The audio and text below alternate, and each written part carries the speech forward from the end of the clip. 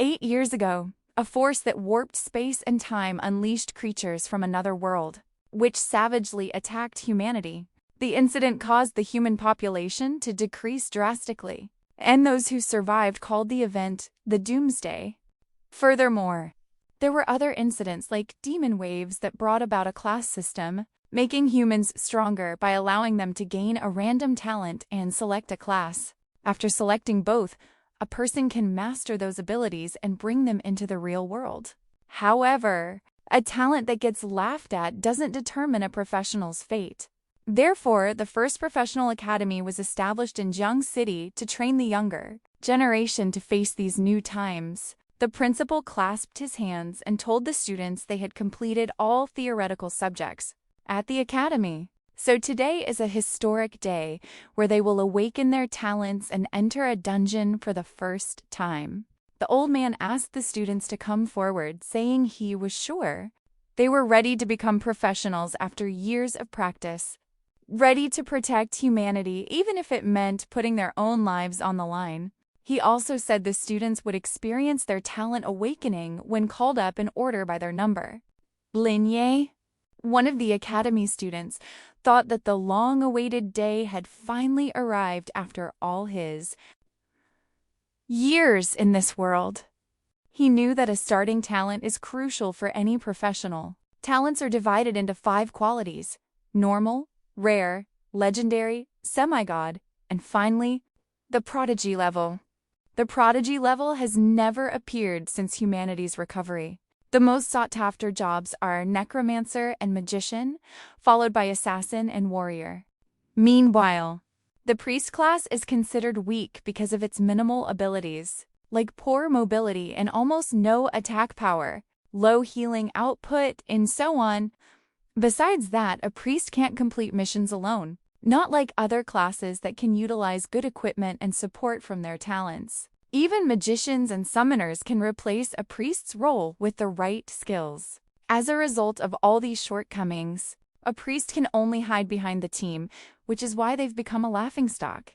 Lin Ye was pulled aside by a girl named Mumu, who was holding the tip of his sleeve. She asked, "Lin Ye, have you decided which class you're going to take yet?"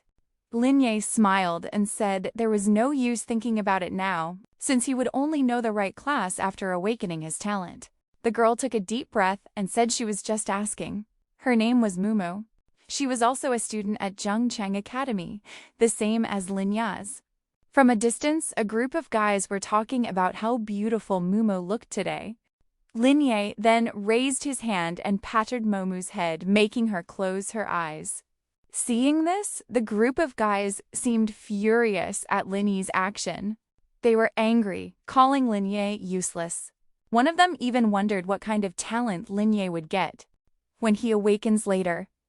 Hearing all that, Mumu crossed her arms and shouted at them to be quiet. A moment later, news spread that student number 1001, named Wang Shui, had just awakened a very strong, rare talent that increases physical skill strength by 50%. Someone in the crowd shouted that a rare talent is perfect for the warrior class, adding that Wang Shui would definitely be the best in this test. Glancing sideways, Wang Shui noticed Lin Ye and said he really wanted to know why Lin Ye got so much attention from the goddess Mumu. Lin Ye then patted Mumu on the shoulder, telling her to ignore them. Mumu blushed, wondering why Lin Ye never cared about others' opinions. Mumu then turned to look at Lin Ye, who said that was the only way to become strong. Lin Ye suddenly remembered his past, when his parents ran while carrying him to a safe zone. His mother tried to calm little Lin Ye, saying there was no need to be afraid because they were almost there. But a monster was already near them and directly attacked his father, who was carrying him. The attack threw Lin Ye, separating him from his fallen father and his mother, who was caught by the monster. Little Linny cried out for him, but his father ordered him to run faster. His mother, nearly caught by the monster, yelled that Linny had to survive. In another memory, a woman with her daughter reached out to a person named Xiao, now his new family, to come home together. Linny muttered to himself that this was the only way he could protect Mumu. On the bulletin board, was the name Linny with the number 1128, which meant it was now his turn. Mumu stood silently, looking confused.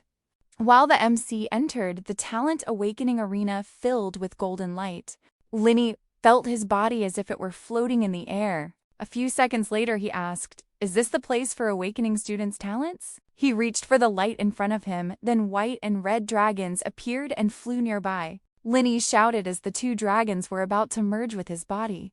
Then he read his awakening result, the mythical talent reversing heaven and earth.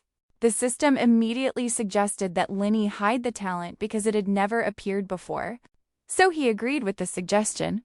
As an explanation, the reversing heaven and earth talent, level 1, functions to override and strengthen all existing skills and can be activated and deactivated freely. If the talent is upgraded to a higher level, the basic nature of a skill can be changed. Currently, its enhancement effect is a 10% reduction in mana consumption, while the transformation effect changes buffs to debuffs and debuffs to buffs. The condition for this talent increase is to raise his personal level to 10, which would enable him to cancel all effects on himself and control them freely. Linny then realized this meant the enemy would never be able to defeat him. He also thought about the possibility of attacks without skills, such as a regular blow, or if a priest were to heal him. It could break the immunity effect and directly injure him. That's why Linny felt the need to hide his talent, clenching his fist tightly. Linny then exited the arena, announced as student number 1128. Whose awakened talent was hidden. He told Mumu not to look at him like that because his talent was still a secret. People in the square began to murmur that Linny must have an embarrassing talent, and that's why he hid it. Someone also added that lowly people seem to deserve lowly talents. Some people even called him a loser. Then, Linny was ordered to immediately choose a class, followed by Mumu, who was called by the MC to begin her talent awakening. After completing the talent awakening process, students choose a class through the goddess statue. The line moved closer, and it was announced that the next participant could proceed to the class. Selection process. A system message then appeared in front of him, stating that he had the right to choose his desired class.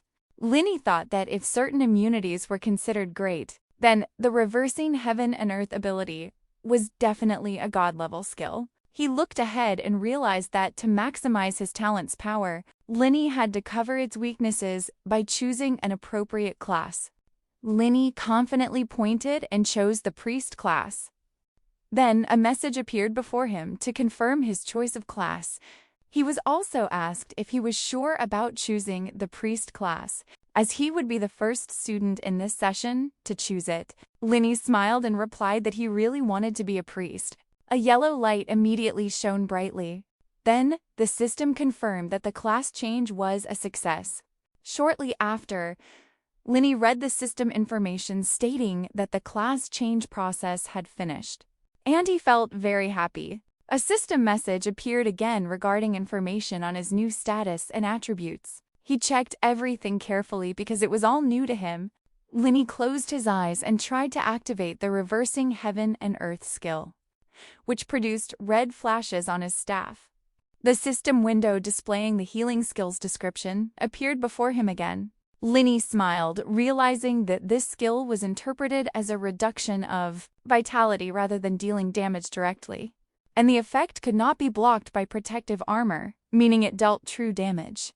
He felt happy because he also had a cleanse skill, because even the smallest leak of information could expose a magician's weaknesses. Because of that, Linny realized he must still be careful with healing skills or buffs from teammates. With the reversing heaven and earth talent, the effects could be even more physically damaging. People standing near the stairs were talking about Linny choosing the priest class, mocking him for being a coward who just wants to hide behind his team. Soon after, news spread that Momo had a legendary talent called Bionic Tears, allowing her to summon spirits from other worlds to fight for her. The crowd behind him buzzed with excitement, talking about the girl's legendary talent. They were also curious about which class she would choose. Momo approached the goddess statue and a system message appeared, asking her to choose her desired class. Without a second thought, a serious-faced Momo immediately declared her choice, the magician class. Linye closed his eyes, thinking that a magician with a legendary talent like Momo's was extraordinary. She had immense potential to become a member of the Pro Alliance. The Academy's principal noted his interest, saying it had been a long time since a student chose the priest class. Someone near the principal remarked that Linye seemed to choose the priest class willingly, but the old man just stroked his beard. Momo zipped over to Linye like a flash, calling his name loudly. Calming down, she said she'd chosen to become a magician and invited Linye to clear the dungeon with her. Linye thanked her for the invitation, but said he had other plans. Momo stared at him sharply, wondering what he was really planning. Suddenly, a system message appeared announcing that the beginner dungeon Wolf Forest had opened. Students who had completed the awakening process and class change were permitted to enter. A purple-haired guide then approached Linye and asked him to pass a message to Momo. He wanted to invite the girl to his team and said he'd take Linye too if he followed his orders. However, Linye immediately rejected the offer, earning him the label of being ungrateful. The academy principal narrowed his eyes, saying that a challenge requires teamwork. Even with a high-level talent, it will still be difficult to fight hordes of monsters alone. The students all turned to look at the old man. One of them greeted the headmaster. The principal said that in the face of dangerous creatures, all personal disputes must be set aside. Linye calmly replied that there was no dispute between them. He just believed that going solo would grant more experience and better benefits. The old man looked like he disagreed, unsure if a priest could manage to go solo. He also reminded him that safety couldn't be taken lightly and that other teams could search for him if necessary, because whatever happens in the challenge will affect the real world. Linye thanked the principal, confirming he would still participate in the challenge solo.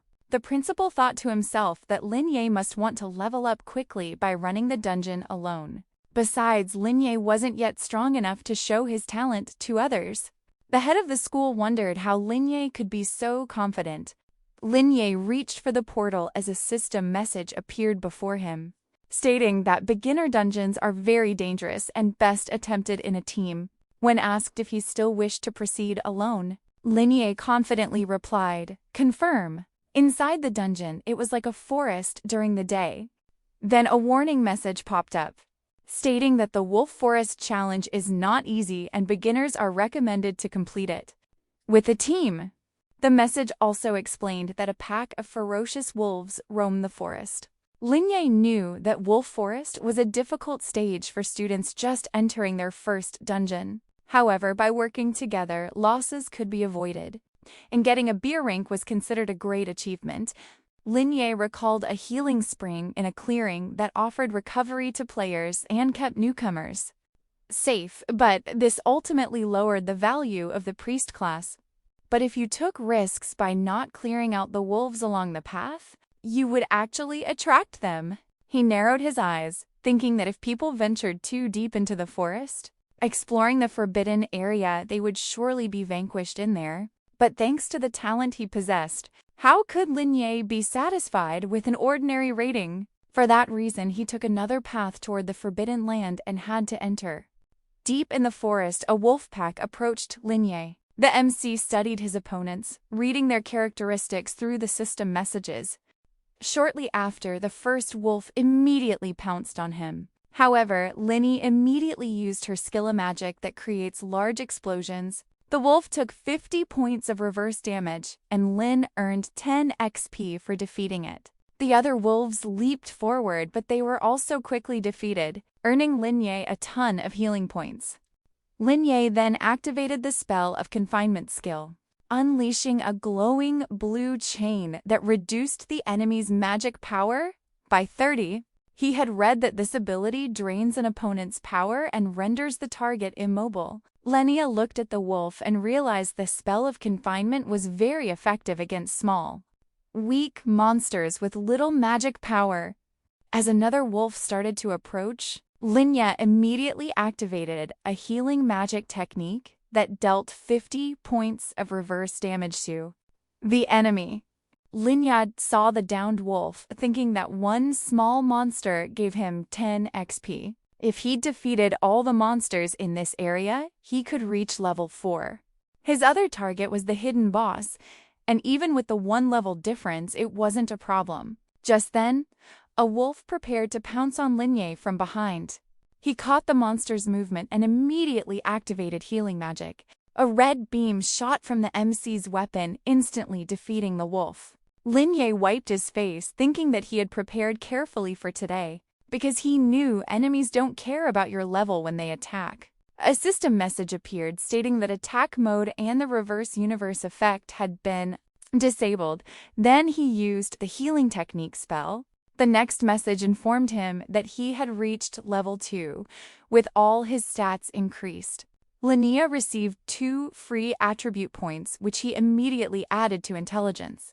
At the academy, the principal saw Linya about to enter the forbidden area, which was off-limits during training. He was surprised, realizing Lin that intended to fight the boss. The principal thought that Lin wasn't one to recklessly court disaster, concluding his hidden talent must be legendary tier or even higher. The gray-haired man said that if Linya wouldn't reveal his talent, he would have to pay attention to other worthy candidates. He also sincerely hoped Lin would return safely. The guard beside the principal said he'd bet on Lin breaking the record, then asked about the girl's suitability as a candidate. They were discussing Momo, who is part of a team currently being attacked by wolves. Momo immediately faced her opponent and used the Ice Frost spell, amazing her friends with its power. Momo attacked the monster with airborne chunks of ice, making the wolf cry out in pain. But Momo saw other wolves approaching and realized her last attack had only drawn more of them in. She shouted for her team to run, but she immediately thought that if she ran now, her goddess-like image would be ruined. Because of that, Momo ordered her colleagues to take cover behind her. Without hesitation, she immediately used the Tears of Bionic skill. A moment later, she used Ice Frost spell again. After that, the monsters were no longer a threat as the wolves had been knocked aside. Momo frowned, then said in a cheerful voice that it was now safe. The principal, who had been watching the girl's actions, commented that it was quite good.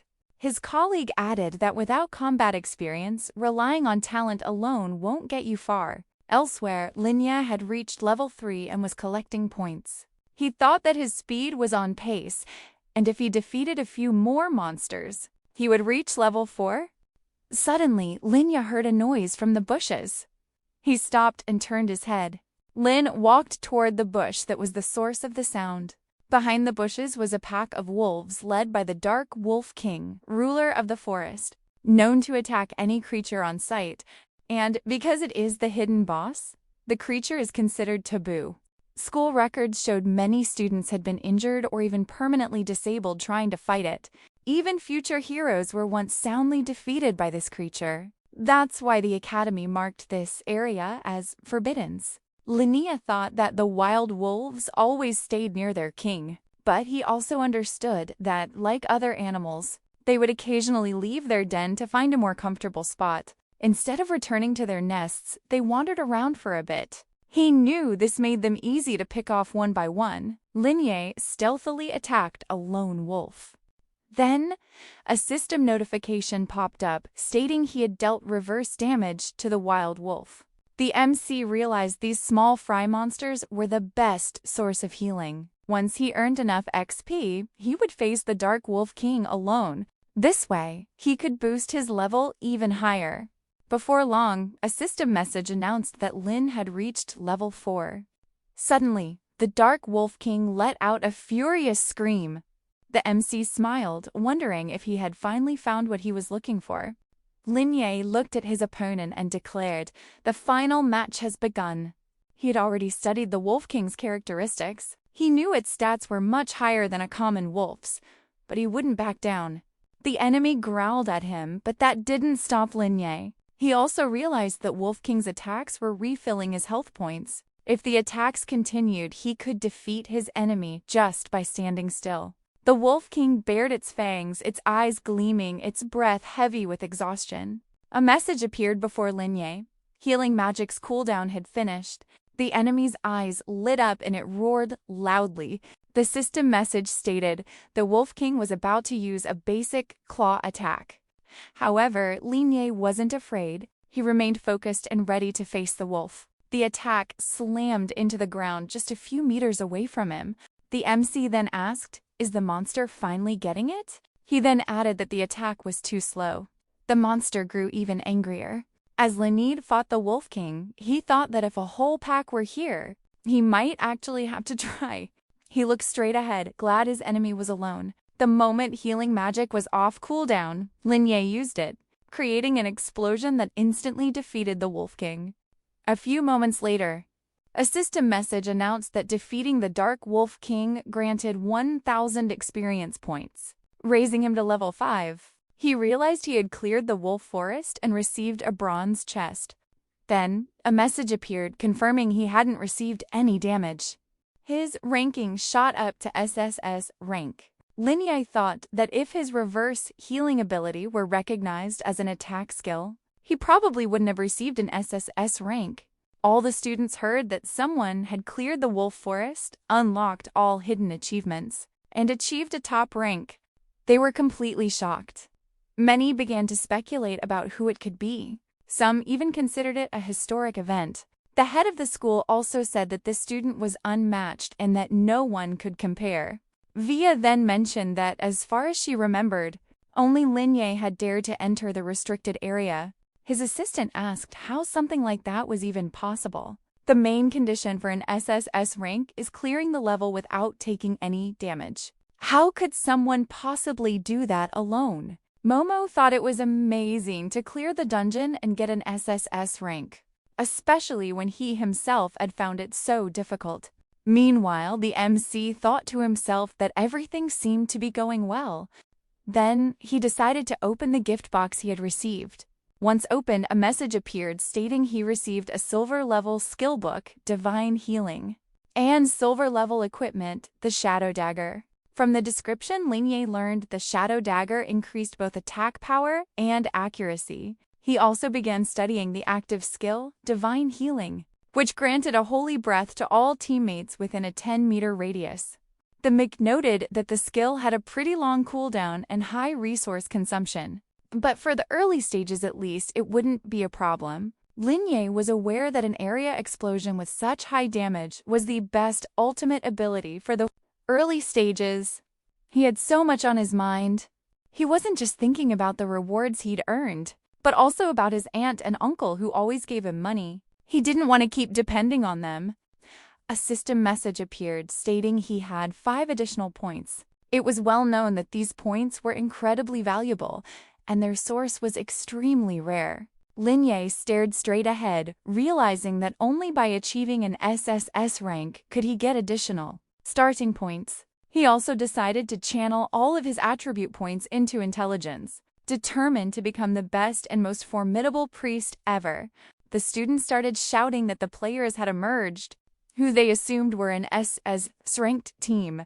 A silhouette began to emerge from the gate, and when people recognized it was Linye, they were stunned. The crowd began to murmur that the other participants weren't even finished yet. Someone in the crowd shouted that they wanted to see the hidden prize he'd obtained. Momo immediately ran to Linye, asking if the person in front of her was really him. The other kids couldn't believe that the loser had actually succeeded. Someone else noticed that he had come out completely empty-handed. A few young men stood behind Linye, laughing in disbelief that he had actually succeeded. Linye raised his hand, holding a dagger high, and asked if anyone who had become an assassin needed a high-quality weapon. Someone from the crowd asked how Linye got it, since that was a silver-grade weapon. Tempted by the weapon, a man immediately offered to buy it for 50,000 coins. In his heart, Linye thought 50,000 was a reasonable price for a premium weapon. He also announced that he was ready to sell the dagger for a price of 50,000 coins. Everyone present was staring at Linye intently until a girl shouted that she was willing to buy it for 100,000 coins. The players were instantly stunned, knowing that the average family's annual income was only 10,000 coins. It would take a very long time to collect 100,000 coins. That number was truly extraordinary. Linye realized that 100,000 might be a bit expensive for a Tier 1 training item, but to him it still seemed normal. He then tossed the dagger into his palm and announced that it had been sold. Some of the young men approached Linye to ask his current level. Calmly, Linye replied that he was at level 5. They weren't satisfied with the answer and kept asking about his team and the truth about him, getting an SSS rank. The principal and his assistant observed the commotion carefully. The gray-haired principal stated that the boy was not affiliated with any team. Another man cut him off, saying that no one has ever done it alone. So he must have found a team inside the dungeon. Is it possible for a student to successfully get an SSS rank solo in a beginner dungeon? The main requirement is to clear it without a single injury, which not even novice professionals can necessarily achieve.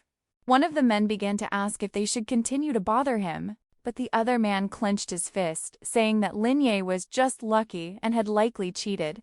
He accused Linye of being a lowlife and vowed to teach him a lesson another time.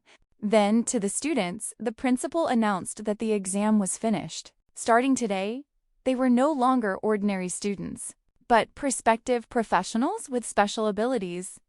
Linye stood with Momo, listening as they were told that in 30 minutes, they would face the most important professional test of their lives.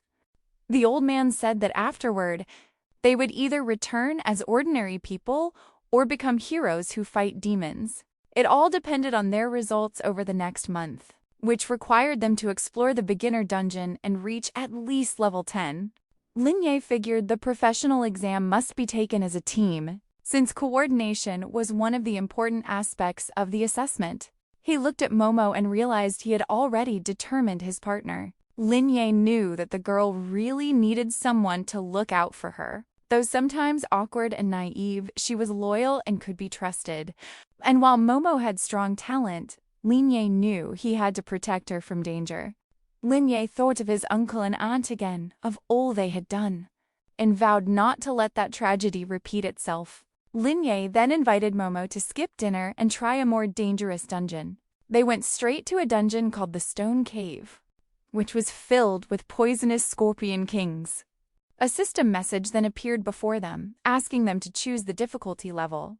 Without hesitation, Linye directly selected the hard difficulty. The higher the level, the stronger the monsters and the bigger the prize. This dungeon only had 2 levels, medium and hard. Momo asked Linye why he chose the hard difficulty, realizing that even though this was an early dungeon, it still wouldn't be easy. However, Linye just told her to trust him. Momo replied that she really did. It's just that she was worried about not being able to get through without taking damage and becoming a burden. Linye raised his finger, explaining that there was a special way to clear this dungeon. Mumu was surprised and asked what he meant by avoiding the monsters. Linye explained that the monsters in this dungeon were all preset. He finds and integrates abandoned data to reconstruct a path. According to his calculations, the monsters could be skipped. Mumu's eyes widened in awe. It was as if Linye had rearranged everything based solely on deduction.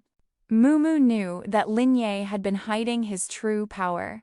He'd studied dungeons and monsters from the very beginning, calculating all the data, but his theoretical grades were always terrible, so everyone thought he was stupid. Linye saw the girl and asked what she was thinking, then gestured for her to come inside. Mumu, her cheeks blushing, immediately said she was coming. She was confident Linye would become a hero who could save the world. A moment later, they were inside the dungeon stone cave and began to look around. Mumu smiled, saying, "This place is so beautiful." But Linye warned her that this was a wild dungeon, far more dangerous than the last. A system message then appeared before him. It stated that due to a lack of members, their test would be combined with another team's. Linye noted that they'd have to face monsters and competitors, so they had to be careful. Suddenly, they fell silent as a huge explosion went off a few meters away. A player from another team was sent flying by the blast. The other players watched on in fear. The man who was blown away wiped his mouth, shocked that such a small monster could defeat them. He then turned and saw Linye. Without a second thought, he shouted for help, reminding them of the Academy's Mutual Assistance Agreement. Linye stopped and replied, "Help yourselves." The guy began cursing Linye, calling him a worthless priest. But Linye just took Momu's hand and told her it was time to go. He explained that scorpions are afraid of water and only have melee attacks. Linye asked Mumu to follow his instructions to avoid getting poisoned. Mumu nodded in understanding. Linye added that the scorpions were also sensitive to sound, then immediately used his raid technique. Mumu asked if that was his talent and what SSS rank meant. However, Linye told her to be quiet. The key to completing this dungeon was finding a unique path without attracting the monsters. Attention! He also mentioned springs on the map with water that was safe to drink.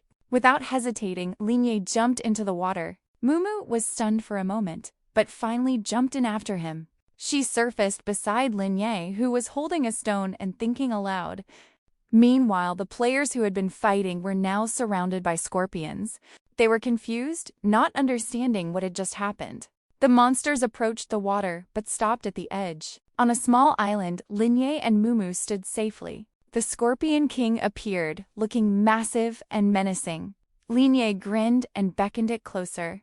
But the monster just roared, unwilling to enter the water. He then attacked, taking down the scorpions one by one until he'd gained 2,000 experience points. The other team's bully couldn't believe a priest could deal so much damage when they could barely defeat a single scorpion. Mumu decided to handle the remaining monsters, using her skills tier of biomimicry and ice spell. She looked surprised to have leveled up to 4 so quickly. Linye then said they now had to face the Scorpion King, warning that it could overcome its fear of water. Mumu activated Ice Spell and read a message that her damage was only 10 points. She looked frightened, but Linye calmed her down, telling her the monster's core was in the second segment of its abdomen. Suddenly, the monster attacked. Linye shouted for Mumu to keep creating footholds.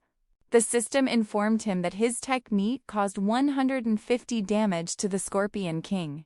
Linye realized this monster was incredibly strong. Despite taking damage, the monster kept closing in. As Linye fought, he realized that every time the monster lifted its body, its underside was exposed, revealing its weak point. He gathered his strength and landed a critical attack on that spot, successfully dealing 1,000 damage. Mumu shouted in amazement, followed by a system message stating the dungeon had been completed and rewards would be distributed. Linye rose to level 6, receiving a gold treasure chest and 5 free attribute points. As they read the system message, the other players rushed over, knelt down, and begged Linye to accept them, swearing they were ready to serve him and asking for his forgiveness. But Lin didn't even turn around, simply telling them to be quiet and not to speak of today's events to anyone. He gave them a cold look and warned that if they leaked anything, the consequences would be severe. Linye and Mumu were in the teleportation room and decided to open the treasure chest they found. They knew no one else was watching, so he signaled to open the box. An information window popped up from the chest, and Mumu was shocked to see they got 5 attribute points, a hunting sword, wind boots, a poison bubble skill book, and an emerald ring also appeared. Mumu was stunned. Linye, however, just called it extraordinary luck. But the item that really caught his eye was the ring. Even though it was only silver ranked, the ring reduced skill cooldown time. An item like that would be worth almost as much as the free attribute points they got at an auction. Selling it could net them millions of coins. Linye told Mumu that the poison bubble skill book was for mages, so he let her have it. Mumu replied that while it was a gold-ranked poison book, her skills were S-rank based. This meant that since she chose an S-rank attribute, she could only learn skills related to that specific attribute. not any others. Suddenly, Mumu went silent as a system message appeared before her. She read it and was stunned. Her hidden skill, 5-Element Master, had been activated, with 2 of the 5 elements now unlocked. Meanwhile, Linye suggested that Mumu should look into it more, as she might unlock another new benefit. He thought it might be a special advantage that set mages apart, a kind of trump card. The girl laughed and said they had to go soon since their time was up. Mumu then asked Linye how he was going to use his 5 attribute points, saying she wanted to see, but Linye replied that he had his own method, one that wouldn't be suitable for her. Outside the dungeon, players were chatting. Some worried about the competition, while others gushed about how beautiful and cute Mumu was. And some were curious about the guy standing next to Mumu. His friend explained that the guy was just a regular person named Lin, who was rumored to have gotten an SSS rank class. Suddenly, a yellow sports car sped up, surprising everyone. The man who stepped out told his friend that the girl they were talking about was really amazing. Just then, Mumu grabbed Linne's arm and urged him to leave. A surprised Linye asked why. Mumu just told him they needed to go. Mumu answered that she can't stand people like that guy. He just relies on his rich family, enjoys taking things from innocent people, and has a hobby of toying with women from poor families. Before Mumu and Linye could leave, the brown-haired man turned and told her to wait. The rich man was Huang Shifeng, heir to the Huang group. He introduced himself while extending a hand. Meanwhile, students started whispering behind the man. Everyone was interested in his life, because wherever he went, he was always the center of attention.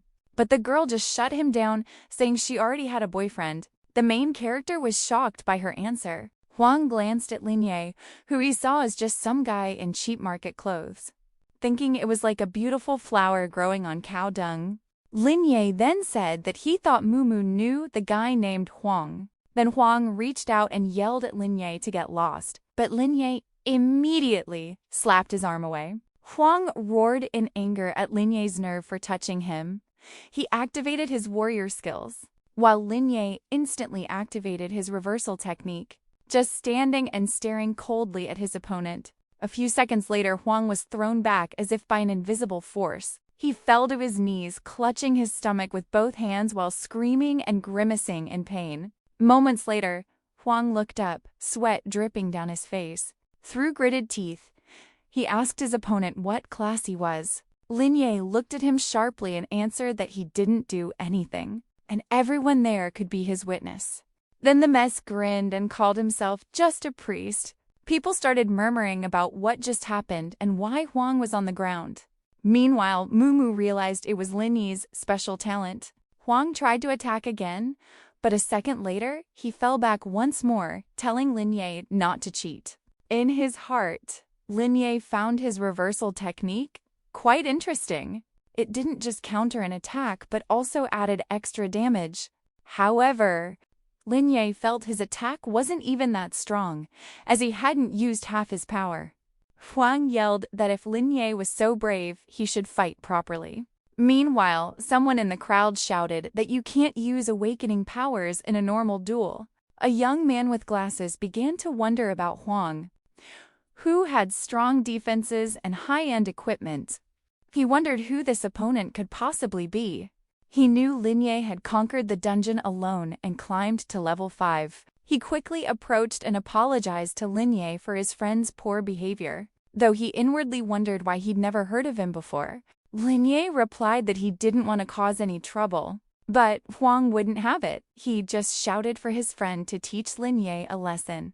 However, the man with glasses was wiser and had no intention of attacking Linye, which made Huang furious. The man with glasses then placed a paper talisman on Huang's neck, knocking him out while explaining that Huang was from a wealthy family. The bespectacled man, Qi Hong, started pulling his master away and spoke to Linye. He was worried that after this incident, Huang would send people for revenge. He also asked Linye to stay away from school for the month. Then he offered a bank card as compensation and said he would help if any problems arose. But Linye refused the offer. He said he wouldn't bother anyone as long as no one bothered him. After that, he left with Momo, thinking he wanted to test his catastrophic skills and was curious about what Huang was capable of. Elsewhere, Linye uploaded a strategy to clear the Stone Cave dungeon. Momo asked if he could really sell it for whatever price he wanted. She was very worried. However, Linye was certain no one would refuse free attribute points. At the same time, players from one team were currently inside the cave. They were in a tough spot and considered buying the strategy to try it out. Some were hesitant, afraid of wasting money, but they ultimately took the risk. In just 3 minutes, they successfully cleared the dungeon with an SSS rank. This was absolutely incredible for their team. One of the players who bought the strategy was thrilled to have finally cleared the level. He said the strategy was so simple, yet no one had ever figured it out. Other players agreed that Stone Cave's terrain was too complex and its conditions were strange.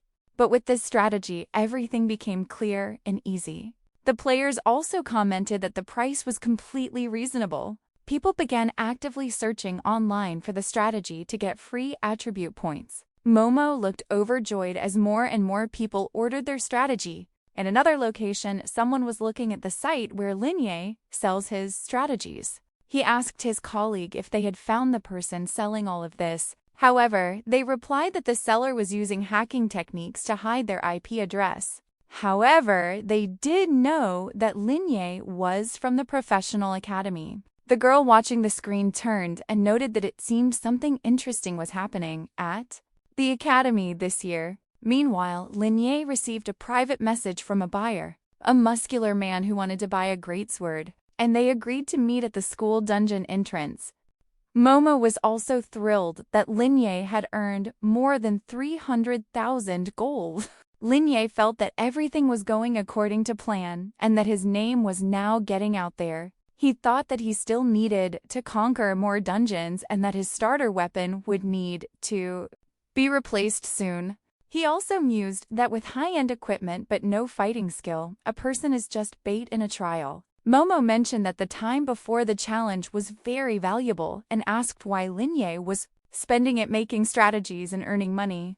Linye smiled and said that he needed to do this to protect the people he cares about, because they are the ones who have always protected him. Linye said that in his past life, he had no family and never felt any warmth or support. So being reborn into this world was his greatest fortune. He added that he now has parents who love him dearly, but 10 years ago his relatives treated him like a plague, and the people who should have been his family hoped he would be lost to the magic waves. Just like that, both sides of his family wanted to take his inheritance for themselves. His relatives would even discuss dividing the inheritance right in front of him. Regretting they hadn't just put Linye in an orphanage, the adults blamed and schemed against one another, calculating who should take him in, all to secure a larger share of the inheritance. But then that night, Linye decided to escape, hoping to find food and simply survive.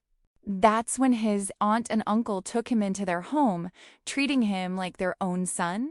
The kind couple truly cared for him, which slowly helped Linye feel safe and at ease. Soon after, they helped him secure his parents' inheritance, managing it with the utmost care. Linye watched a boy run out of the school. He knew that without his aunt and uncle, he wouldn't have been able to continue his education. That's why Linye was determined to earn money and repay the kindness of the family who saved him. He realized that being strong also meant using all his power to protect the people he cared about, and not repeating the mistakes of the past. Back in the present, Linye heard someone call out to him and turned around in surprise. A young woman asked if he was the person selling a hunting sword. The girl, named Basie, was also a student at the first professional academy. She introduced herself. A surprised Linye asked if she was the muscular man who had ordered the sword. Explaining that he didn't normally do these kinds of transactions, the girl replied that yes, she was muscular man, and that her phone had died just minutes ago, which was why she couldn't contact him. Linye then asked her to confirm the purchase, warning her that the hunting sword's attributes were final and it could not be returned. Linye handed over the sword from his inventory. The girl watched him intently and deftly caught the hunting sword. "What's the price again?" Zed asked. It was really only 80,000, even though during hunting season, the price could reach 200,000. Linye then teased, "Don't they teach you about market prices at your school?" She replied that she was always bad in math and had no idea about the prices. Because of that, Linye figured Z was just some clueless rich kid and advised her to check prices in the future, so she wouldn't get ripped off. Zia thanked him and immediately paid for the weapon. According to the system message, Linye knew he had received the payment. 80,000. His balance had now surpassed 1 million, granting him gold card user status. Linye was also happy to save on delivery fees. As he was about to leave, he told her that if she ever needed anything, he'd be ready to help. But at that moment, a golden light shot toward him, followed by a system message stating that he had received a special buff. Gaze of the Goddess of Luck. Linye was stunned and immediately asked Zed if that was her talent. She nodded, adding that she could still develop it further, and then asked if she could join his team. Linye looked at her, thinking that an awakened with an innate luck buff was incredibly rare. He also realized her talent wasn't just limited to the quality of reward boxes. With a buff like that, even someone with a weak talent could open legendary or even mythic chests. He then asked, "Have you told anyone else about this talent of yours?" Z replied, "Of course not. I haven't told a single soul." Linye asked again, "Does the skill have a limit?" Z explained that it could only be used 3 times a week and only on one person. Linye urged her not to tell anyone about her skill, adding that her buff was extraordinary and its potential was terrifying. Because of that, if people knew, they would try to capture her. The MC also realized that people would take away the girl's freedom just to monopolize her. Abilities. Z then asked about the professional alliance they would be joining, explaining that the organization leads humanity's resistance against the magical tide. But double quotes, ... The alliance itself has many factions with complicated relationships. Open and covert competition and even betrayals are common. For that very reason, Linye invited Z to join his team, promising they would look out for her.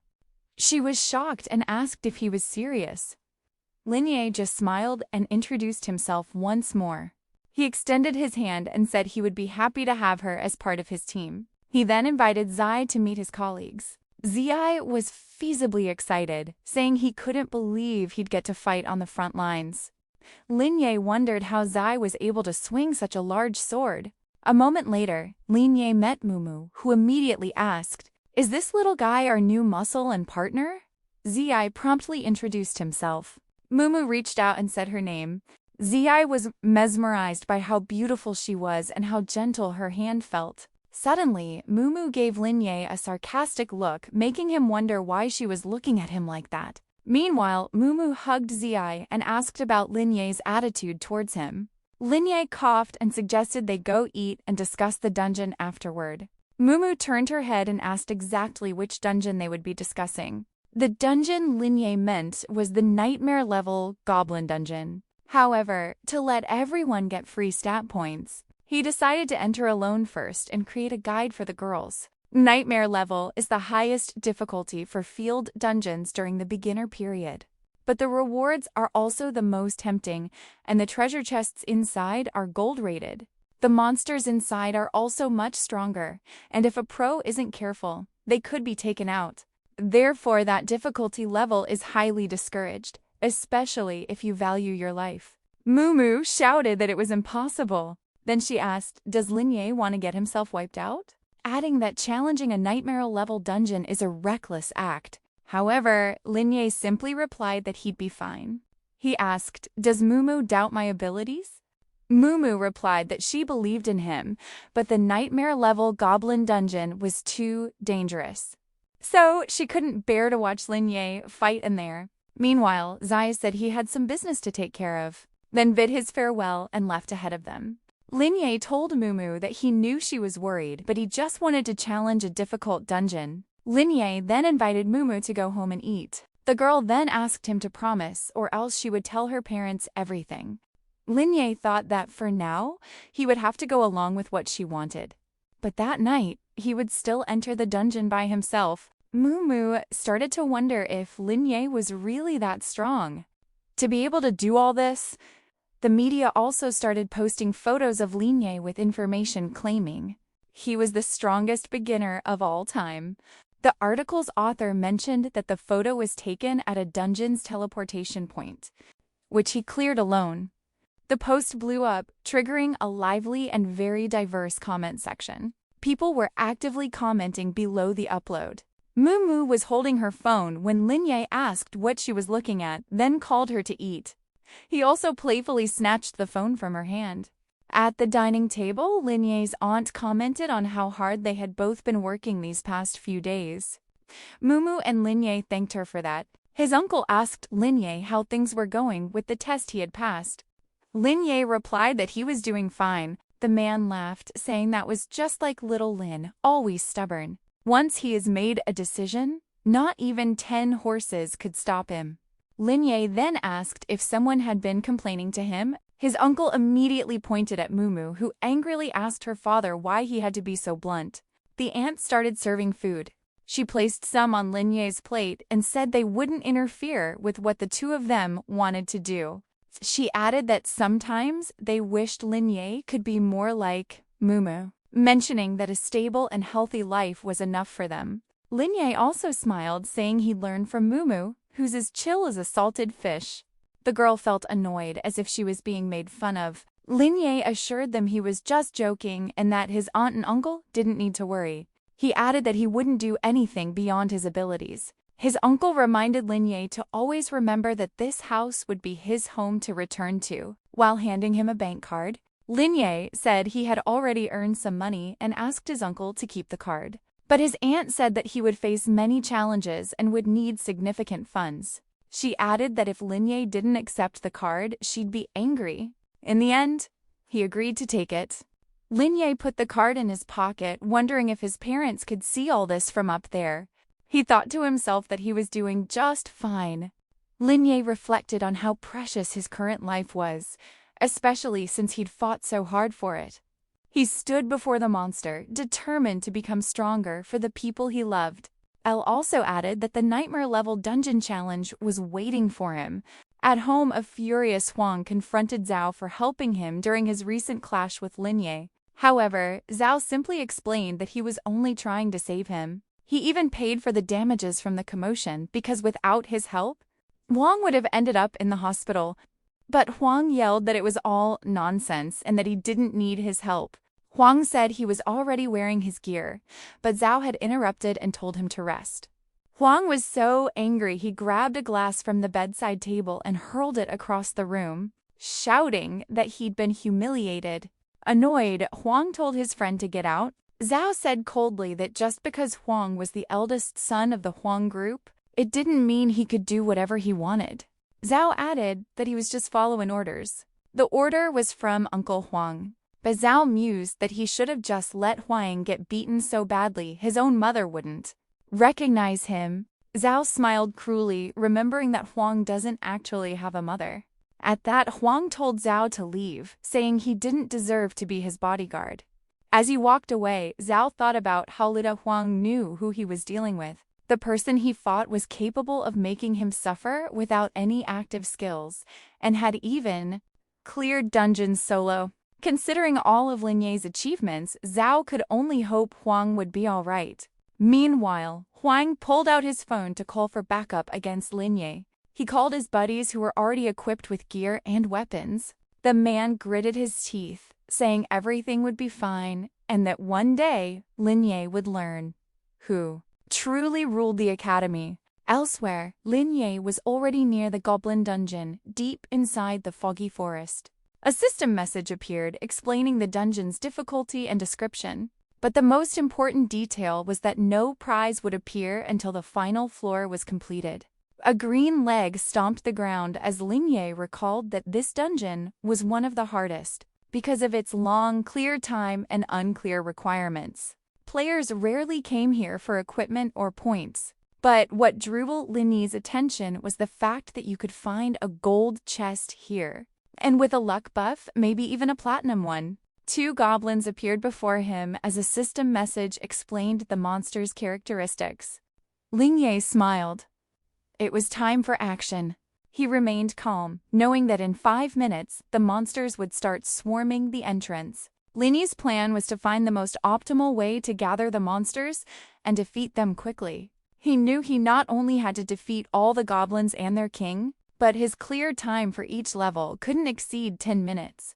Linye knew that the boss had to be defeated on the 5th level, so he needed to survive the monsters' attacks until then. In 30 seconds, the monsters would appear, and Linye would immediately start taking them down. 2 minutes and 5 seconds had passed on the 1st floor, and the MC had already met the goblin leader. Linye smiled while dodging the monster, noting that his estimates were pretty accurate even after 4 minutes. Linye glanced back and saw a huge number of armed monsters chasing him. Then, Linye used his skill. Divine Healing leveled up to level 2, and the goblins on the 1st floor lay defeated on the ground. A system message appeared in front of Linye, stating that some of his attributes had improved. He looked at the screen, realizing he had cleared the 1st floor in just 5 minutes. Soon after, all the monsters on the 2nd floor were destroyed, and he cleared through the 4th floor just as quickly, arriving at the 5th level. Linye used his teleportation skill, and within seconds, he was inside the Goblin Palace. The Goblin King shouted angrily, questioning how a mere human dared to set foot in his domain. A system message appeared, explaining the Goblin King's power and level. Linye found it strange that the boss had appeared faster than expected on this floor. But, surprisingly, there were no hordes of other monsters nearby.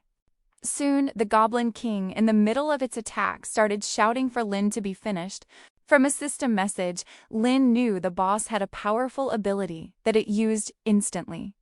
A few moments later, the monster leaped high into the air, intending to strike him. Lin planned to dodge to the side to avoid the initial attack. Then, he dropped to the ground to reduce the damage from the second shockwave. However, Lin canceled the impact from the earthquake and its shockwaves from a distance using his reversal skill.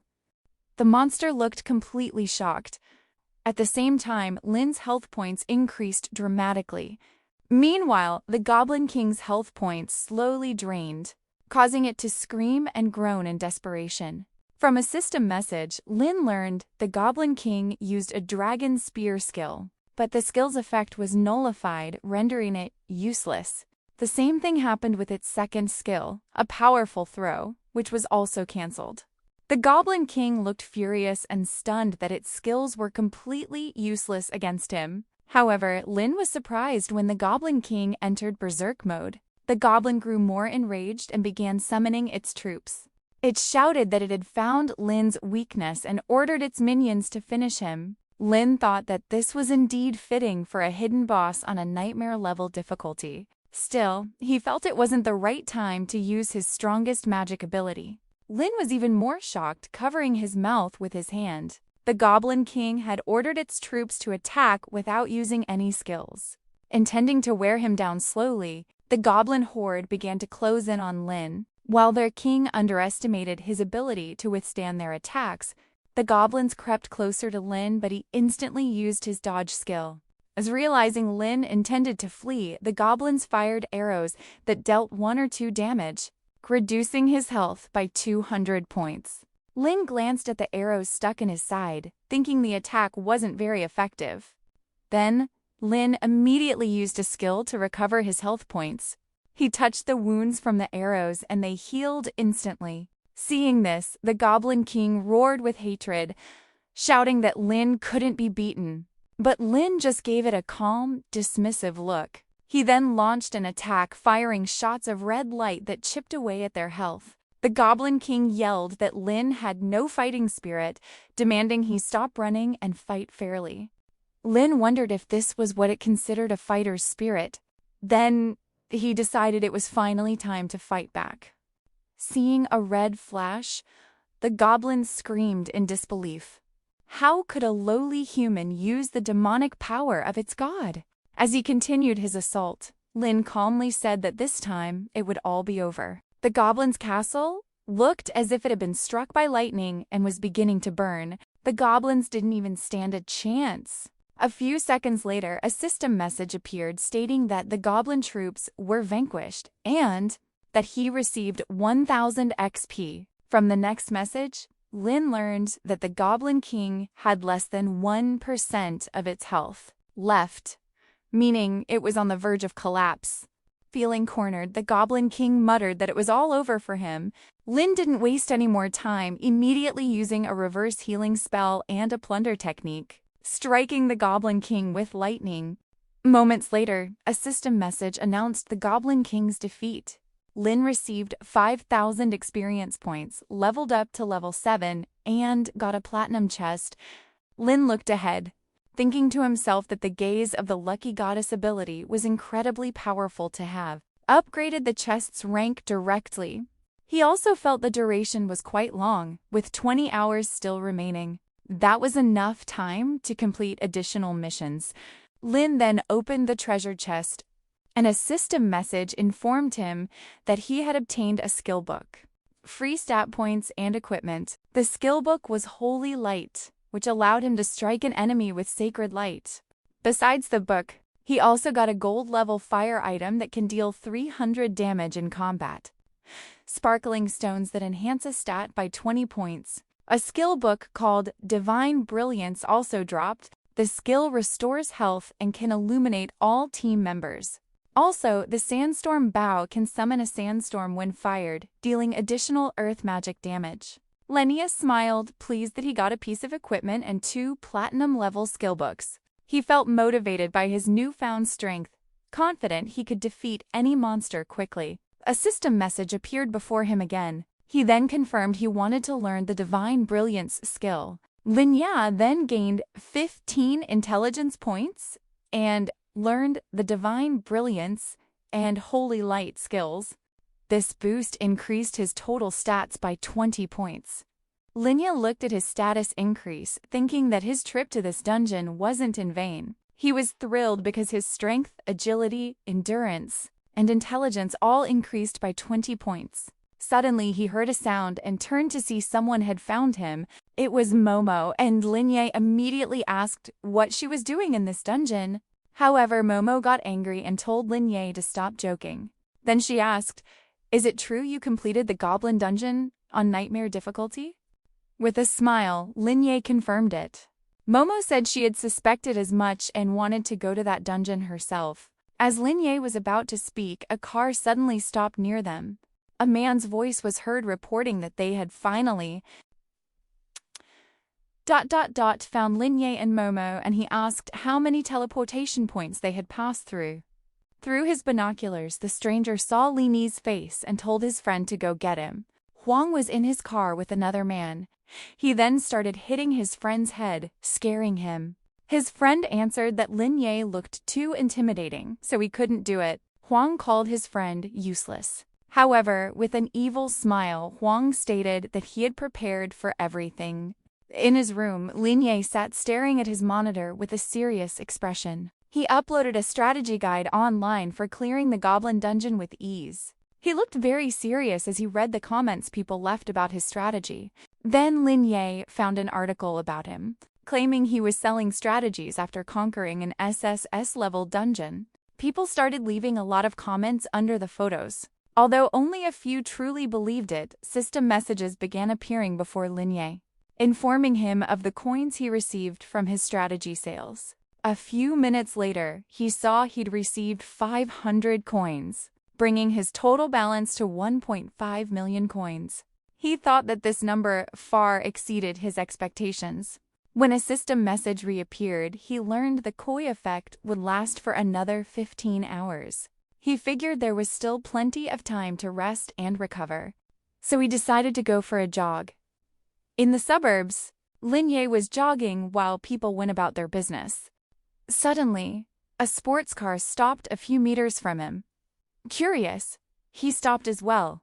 In the car, Lenya saw Huang shoving Hu, motioned for him to come over.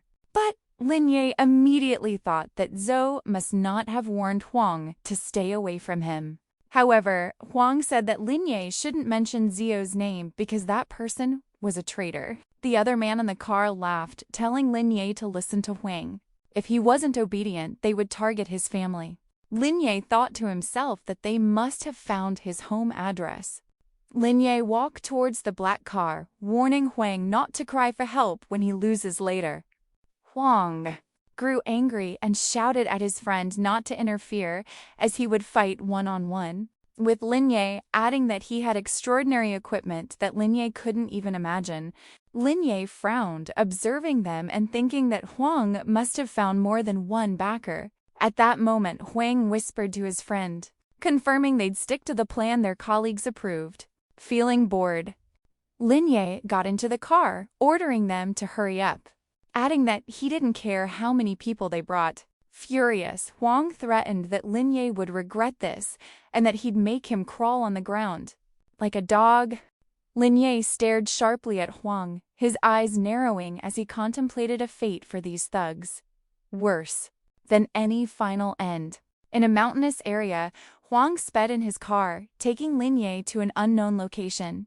Soon after, the car stopped near a forest filled with armed thugs, who immediately greeted Huang as boss.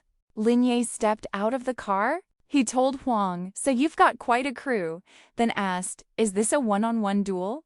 Or a gang fight?" Huang replied quietly that it would be one-on-one. Drawing his wind sword, he turned to Lin Ye with a mocking smile, saying that his men would all fight him one by one. However, Lin Ye just laughed softly and replied casually that he didn't care. Huang smiled again and declared that Lin Ye was finished. He pointed at Lin Ye and ordered his men to attack, and they immediately stormed forward without hesitation.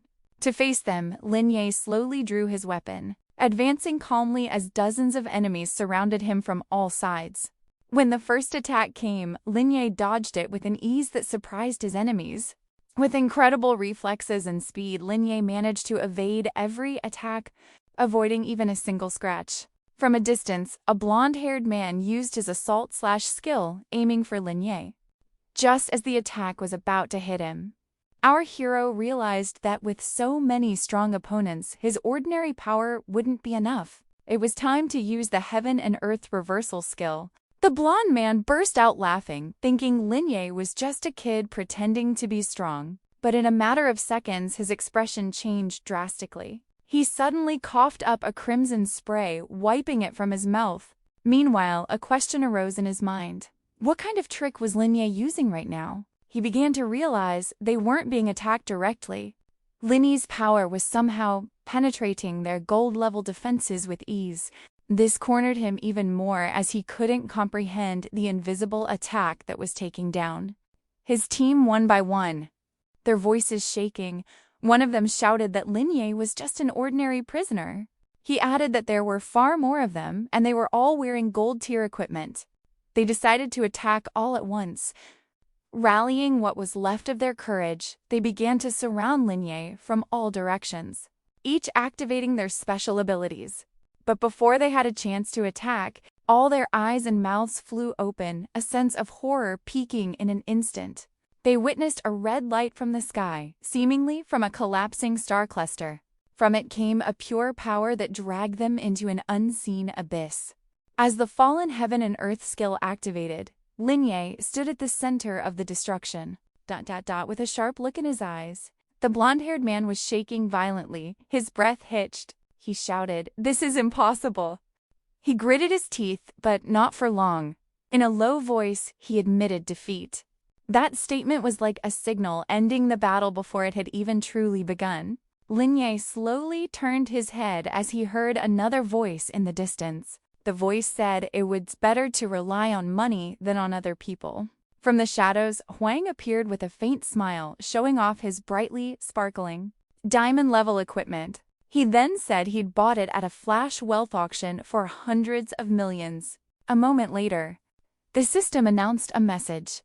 The diamond-level equipment had no level limit and increased all attributes by 100 points. A man exclaimed in amazement that Safubi was indeed the best auction house ever. Even the entrance ticket is worth millions. He added that Huang must be the sole heir of the Huang Corporation. As the crowd calmed, Huang walked slowly and stopped in front of Linye. With a mocking smile, he looked directly into his eyes and ... said that this time he would make him kneel. Then Huang asked Linye if he was afraid, but Linye gave no answer. Huang continued to taunt him, advising him to beg for forgiveness before it was too late. But, while swinging his weapon, Lin said that no matter how strong El Huang's equipment is, it will never cover up the weaknesses in his soul. Those words enraged Huang. He charged at Linye, screaming for him to be defeated and unleashing his strongest skills. But the attack had no impact, because Linye immediately jumped aside, easily avoiding it. Huang looked shocked, unable to believe what he saw or understand the technique Linye used. But it was clear the man succeeded, dodging as if his body no longer belonged to a human, but to another entity that exuded a demonic aura. Huang couldn't accept this reality and shouted that it was impossible. He accused Linye of putting all his points into agility, insisting his own stats were far superior. Then, without another moment of hesitation, Huang used the Shadow Wind Strike skill, declaring he would finish Lin immediately. However, while dodging, Lin just smirked and quipped that Huang's stats were so poor he couldn't even land a hit. Hearing that, Huang gritted his teeth in frustration, unable to say a single word in reply. Linye glared at him, then raised his hand and said that now it was his turn. At that moment, he activated the skill from his staff, shattering the top of Huang's armor. Shortly after, a system message appeared before them, stating the opponent received 1,000 damage and the top of their armor was damaged, losing its attribute bonus. Huang looked panicked as he checked the damaged part of his armor, but it only took him a few seconds to regain his determination. He gripped his weapon tighter as a blue aura surrounded his body. Huang then charged Linye at full speed, activating Sudden Strike, 3 strikes in a row, followed by Crash of 1,000 troops. But every attack failed because Linye was able to dodge them easily, using a skill to fly away from his opponent. Seeing that, a panting Huang still stood his ground, ordering Lin to stop running away. But suddenly Huang's body collapsed, staggering as he asked what kind of trick Lin had used this time. A few moments later, Linye offered a heal to Huang, saying his basic attacks were enough to pierce Huang's weak defense. Linye then sat down, looked at Huang, and told him to surrender and either compensate with his equipment or apologize. But before he could finish, Huang interrupted, shouting that Linye's wish was ridiculous. Linye, paying no attention to the insult, attacked again, hitting Huang with another skill and stating that his fancy armor was finally destroyed. But Huang still refused to give up. He lunged back, shouting that Linye was not worthy of threatening him, and released the meteor shower skill towards the still-seated Linye. The attack created a massive explosion, appearing to hit and wound Linye. Witnessing this, Huang laughed proudly, looking down on Linye, who he believed wouldn't survive the attack. But suddenly, Huang's expression changed completely as his body began to twist. Then, Linye emerged from the smoke, quietly restoring his health and his broken finger. Huang looked confused as his own body was recovering. Even so, he threatened Linye that his father would intervene if he dared to touch him again. Feeling threatened, Linye said that he really despised people who dared to threaten him. Angrily, Linye activated the reverse healing technique, making Huang scream in fear. Linye declared that this was just the beginning. His technique emitted an explosive red light that stunned Huang's friends. As a result, Huang's body appeared injured and unconscious. But Lin lifted him with an ability, his hands glowing green. He then clenched his fist, making Huang's body look crushed. His friends watched in fear, as if seeing something terrible unfold. Another friend warned the others not to provoke Linye anymore. Linye reactivated the meteor shower skill by tapping his staff on the ground, producing a red flash. One of Huang's friends, unable to watch any longer, panicked and asked if Huang was still okay after such an intense attack. Meanwhile, they failed to notice a hidden camera behind the bushes, recording the entire event. Through the camera's live broadcast, the audience watched everything unfold, actively discussing the events from Huang's friend getting injured to Huang's defeat by Lin Ye. The viewer count kept climbing, with most supporting Lin Ye. Some even wanted to become his student. The comments mentioned that the price looked like a classmate who had previously clashed with Huang. The audience was buzzing in the chat room, sharing information about Lin Ye. They discussed how the young man had previously sold SSS-level equipment on the forums. Meanwhile, a girl using the name I'm Not a Seal argued that the price wasn't Lin Ye. According to her, Lin Ye was a very humble person. The girl was worried she wouldn't be able to team up with Lin Ye later, since everyone would want him now. With the surge of new fans, a dedicated discussion group was even created. Viewers were trashing Huang, saying he only messes with girls and abuses his status as his father's heir. As a result of the widespread hate for Huang, his company's server was hacked by a mysterious figure, and his personal stock value plummeted. At her home, Momo told her parents that Huang's actions had gone too far and asked them to teach him a lesson. However, her parents refused. Moma's mother said Huang would get what was coming to him, adding that someone who relies on borrowed power can never become a true professional. Momo was shocked, arguing that if they didn't act, Lini's reputation would be ruined. But her parents replied that the young man could handle it himself. Elsewhere, a white-haired man was intrigued by the abilities of Lin Ye, who hadn't even taken a professional test. He pressed a button on the remote, pausing the video, and remarked that Lini's talent was definitely above the legendary level. But his decision to choose the price class was a complete waste of that potential. He mentioned that with such incredible talent, he should be able to go straight to the professional league, no questions asked. He looked around and asked the others if they agreed on recruiting Lin Ye early. One of the women replied that she agreed with the proposal. Another added that Lin Ye must be recruited immediately. A bald man smiled, asking Huang's father why he was still there instead of rushing to his son's side. The orange-haired man laughed, saying such a small issue was no problem for Minister Huang. Huang Tianqi, head of the Huang Company, minister of the Alliance branch, and Huang's father, said he still had business to attend to, but compensation for Lin Ye had already been arranged. He also apologized for his son's actions and had already sent his envoy to handle the situation. While Lin Ye and Huang's fight was still ongoing, a voice suddenly ordered them to stop. From a helicopter, someone on a loudspeaker asked Lin Ye to forgive Huang. Meanwhile, a man in glasses named Zhou approached Lin Ye, saying the chairman of the Huang Company wanted to speak with him. Huang boasted proudly that his father had arrived and that Lin Ye was finished. Lin Ye, thinking the chairman wanted to intimidate him, said that he could come in person, but while handing over a phone and bowing, Su explained that the Huang family wished to offer compensation and apologize personally. Seeing this, Huang screamed hysterically, unable to believe someone so powerful was bowing to a nobody like Lin Ye. Lin Ye accepted, taking the phone Zhou handed him. As Huang continued to protest his father's apology, a hologram of Huang's father appeared from the phone, immediately apologizing for the delay. He then bowed deeply, apologizing on behalf of his son, Huang Xiaofeng. He admitted it all happened due to his own failings as a father. He repeated his apology a second time, but Lin Ye said it wasn't a problem. But Huang's father insisted a verbal apology wasn't enough and decided to offer compensation, including equipment and other items.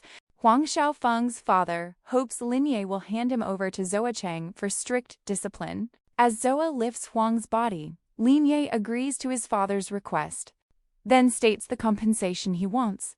While grinning, Lin Ye mentioned the compensation he wanted, namely 3 sets of unrestricted, diamond-grade equipment for a priest, mage, and swordsman, plus 5 million alliance coins.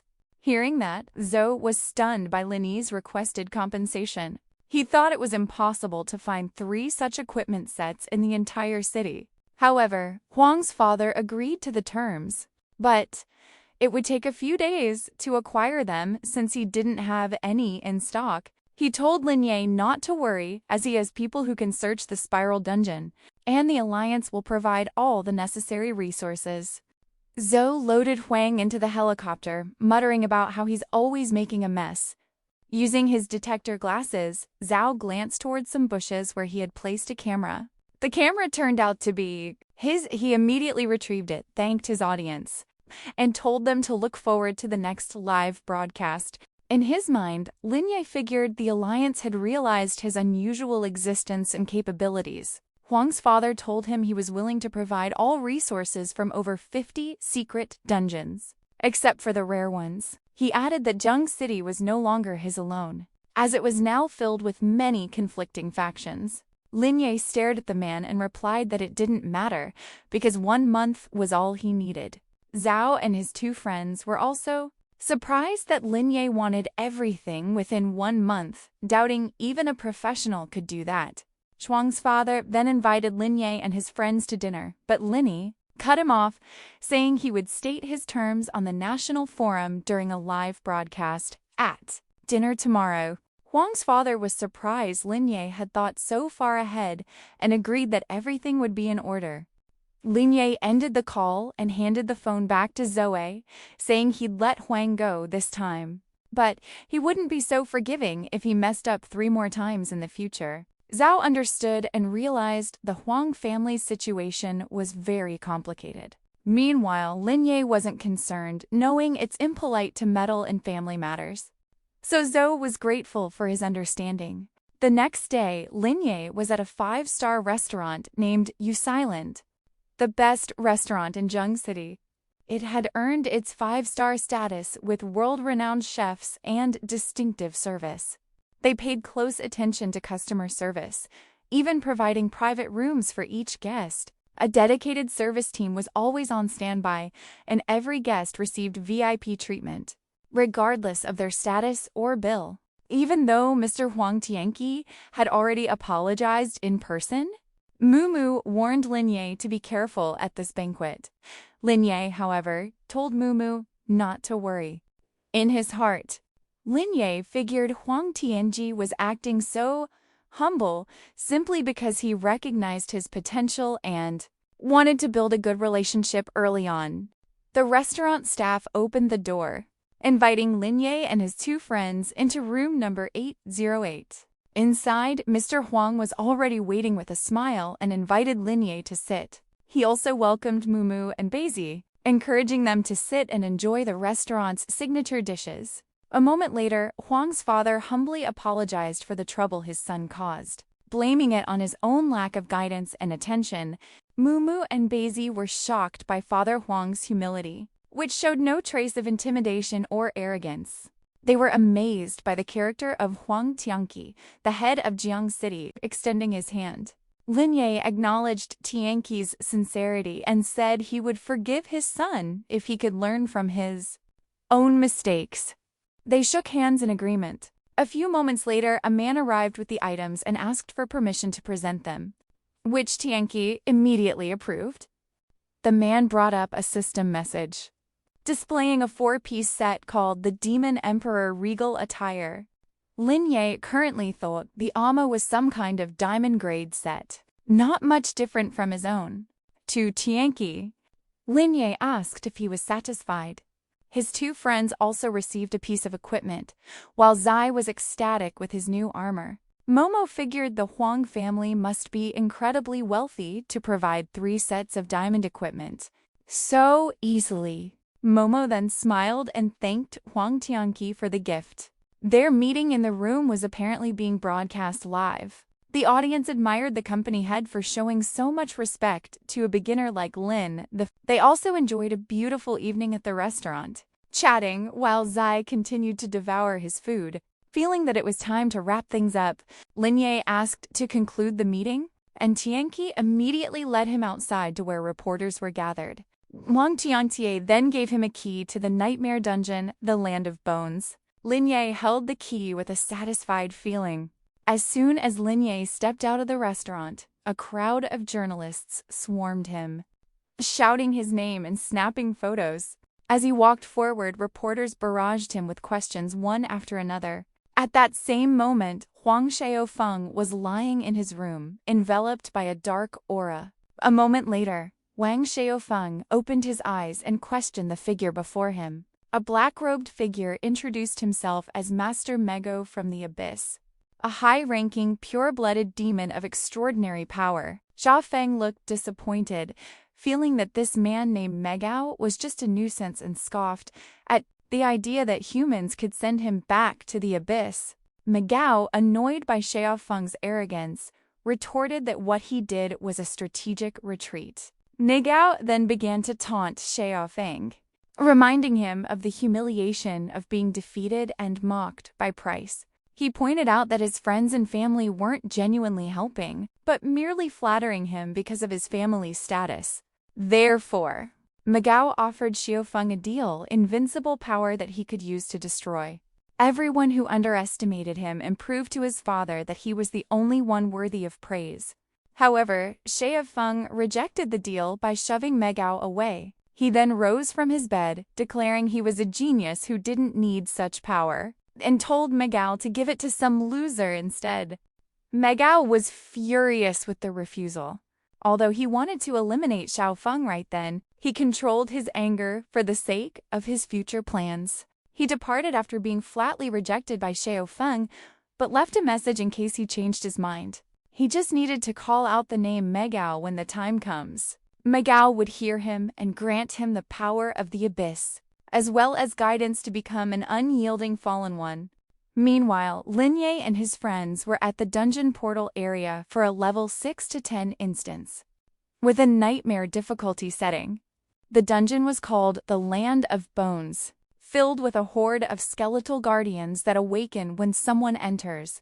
There, Linye asked Basie how many more times she could use her awakening talent this week. Holding up one finger, Basie answered, 1 more time. As she had already used it once in the previous 2 dungeons, Linye then warned her not to use it recklessly. Linye explained that even though this was a nightmare difficulty dungeon, they were equipped with a set of diamond armor. However, standard platinum grade drops wouldn't be very helpful. Linye added that the Huang family had promised them better resources this week, along with access to dungeons of other difficulty levels. Linye felt that the only thing they needed right now was a weapon to get them through this transitional period. So if needed, they would sell any items they didn't require. Linye informed Mumo and Basie of their 3 goals in this dungeon: to obtain free attribute points, get platinum tier weapons, and devise a strategy to clear the dungeon. Linye and Momo activated their combat modes, followed by a system message about the dungeon, which pros often called bones. The system then explained the 4 conditions for achieving an SSS rating: defeat the final boss and eliminate all the undead skeletons.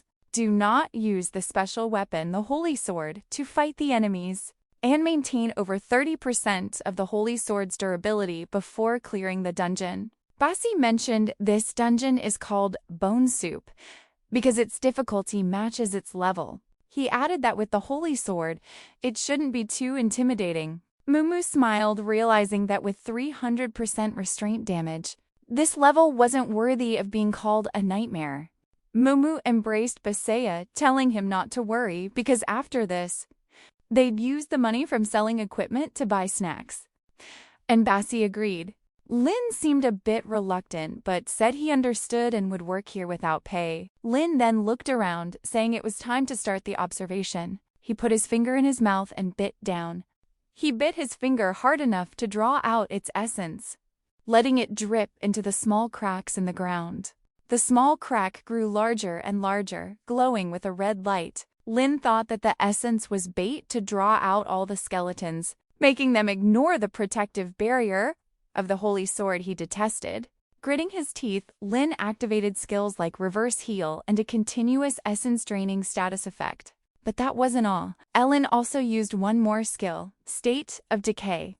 A moment later, skeleton troops began to appear, drawn by the scent of his life force. While hugging Basie, Mumu shouted that they had to go, then tossed a Pilbeus to Lin to help reduce the pain. It didn't have the ability to heal or treat wounds, but without a second thought, Lim immediately caught it. He took the pill and ran, with the skeletons in hot pursuit, his health rapidly declining. Lin figured the skeletons' desire for his life force was even greater than their hatred for the holy sword.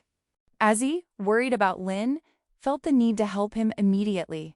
But Mumu convinced him that he should trust Lin completely. Lin cut his hand again so that fresh essence would flow. His health was now at a critical level, below 10%. A system message appeared before him stating that the dungeon's boundary was just ahead. Lin kept running with his remaining energy, thinking that he had finally made it. His health improved as a system message announced a divine healing had occurred. The skeleton mob suddenly stopped and stared ahead in confusion. Lin calmly said that it was too late for them to escape. He activated his damage reversal skill. His eyes sharpened as he calmly observed the situation. Finally, Lin used the Fallen Hell skill to vanquish every skeleton, their health points dropping to 0. He walked toward the great abyss and calmly looked down with his two friends across from him. Mumu and Basie looked panicked and scared, while Lin kept a focused stare. Then, an angry roar echoed from inside the cave. From within, the boss, an undead knight, appeared on a skeletal horse, threatening to make a drinking glass from their heads. A system message then appeared, displaying the boss's characteristics. The furious skeleton boss activated its grudge fire skill. To counter it, Lin used the revealing healing art and plundering technique skills. Both skills reversed the skeleton boss's attack, causing its vitality to decrease by 500 points. Lin was thrilled, calling his opponent weak. He then saw a system message that the boss was experiencing a life force reversal, its level increasing by another 50%, accompanied by snatching red lightning. The lightning strike was so powerful that a system message stated the undead knight had been badly injured. But the skeleton boss activated a passive skill called Undead Fury, which strengthened its attributes. The undead knight had now risen again, looking fearsome. Next, a system message appeared before Lin, stating that all the undead had been resurrected, gaining 100 vitality per second. Lin witnessed countless monsters around him begin to revive. The boss proudly shouted that Lin was helpless now. However, Lin wasn't fazed by the threat and instead just smiled. Meanwhile, Mumu and Basie, watching the scene unfold, remarked that the monster was so foolish it couldn't even count. Because while the boss did indeed gain 100 HP per second, Lin merely needed the Holy Sword's healing restriction power to neutralize it. While Mumu said it would only take 3 seconds to finish the monster, the boss's vitality was increasing slowly. But then the undead began to fall apart again in a massive explosion. The undead night boss was stunned, unable to understand what was happening. Lin Ye glared at him hatefully, warning him to think carefully about his last words. Then, the monster was defeated, its body seemingly pulled in by an immense force. System: the secret dungeon's boss, the undead knight, has been defeated. You have obtained 600 XP and a treasure chest. Lin Ya has now reached level 8. The system message also informed him that he'd receive extra points for activating the equipment. Basie started cheering for Lin Ya, exclaiming how cool he was. However, a system message stated that Mumu and Basie received no reward for their lack of contribution. A moment later, Mumu was stunned to see a system message regarding the last mission in the secret dungeon of the Land of Bones. It was completed, and the reward, the key to the stone sword, had been received. It could be used to open a portal to a secret dungeon.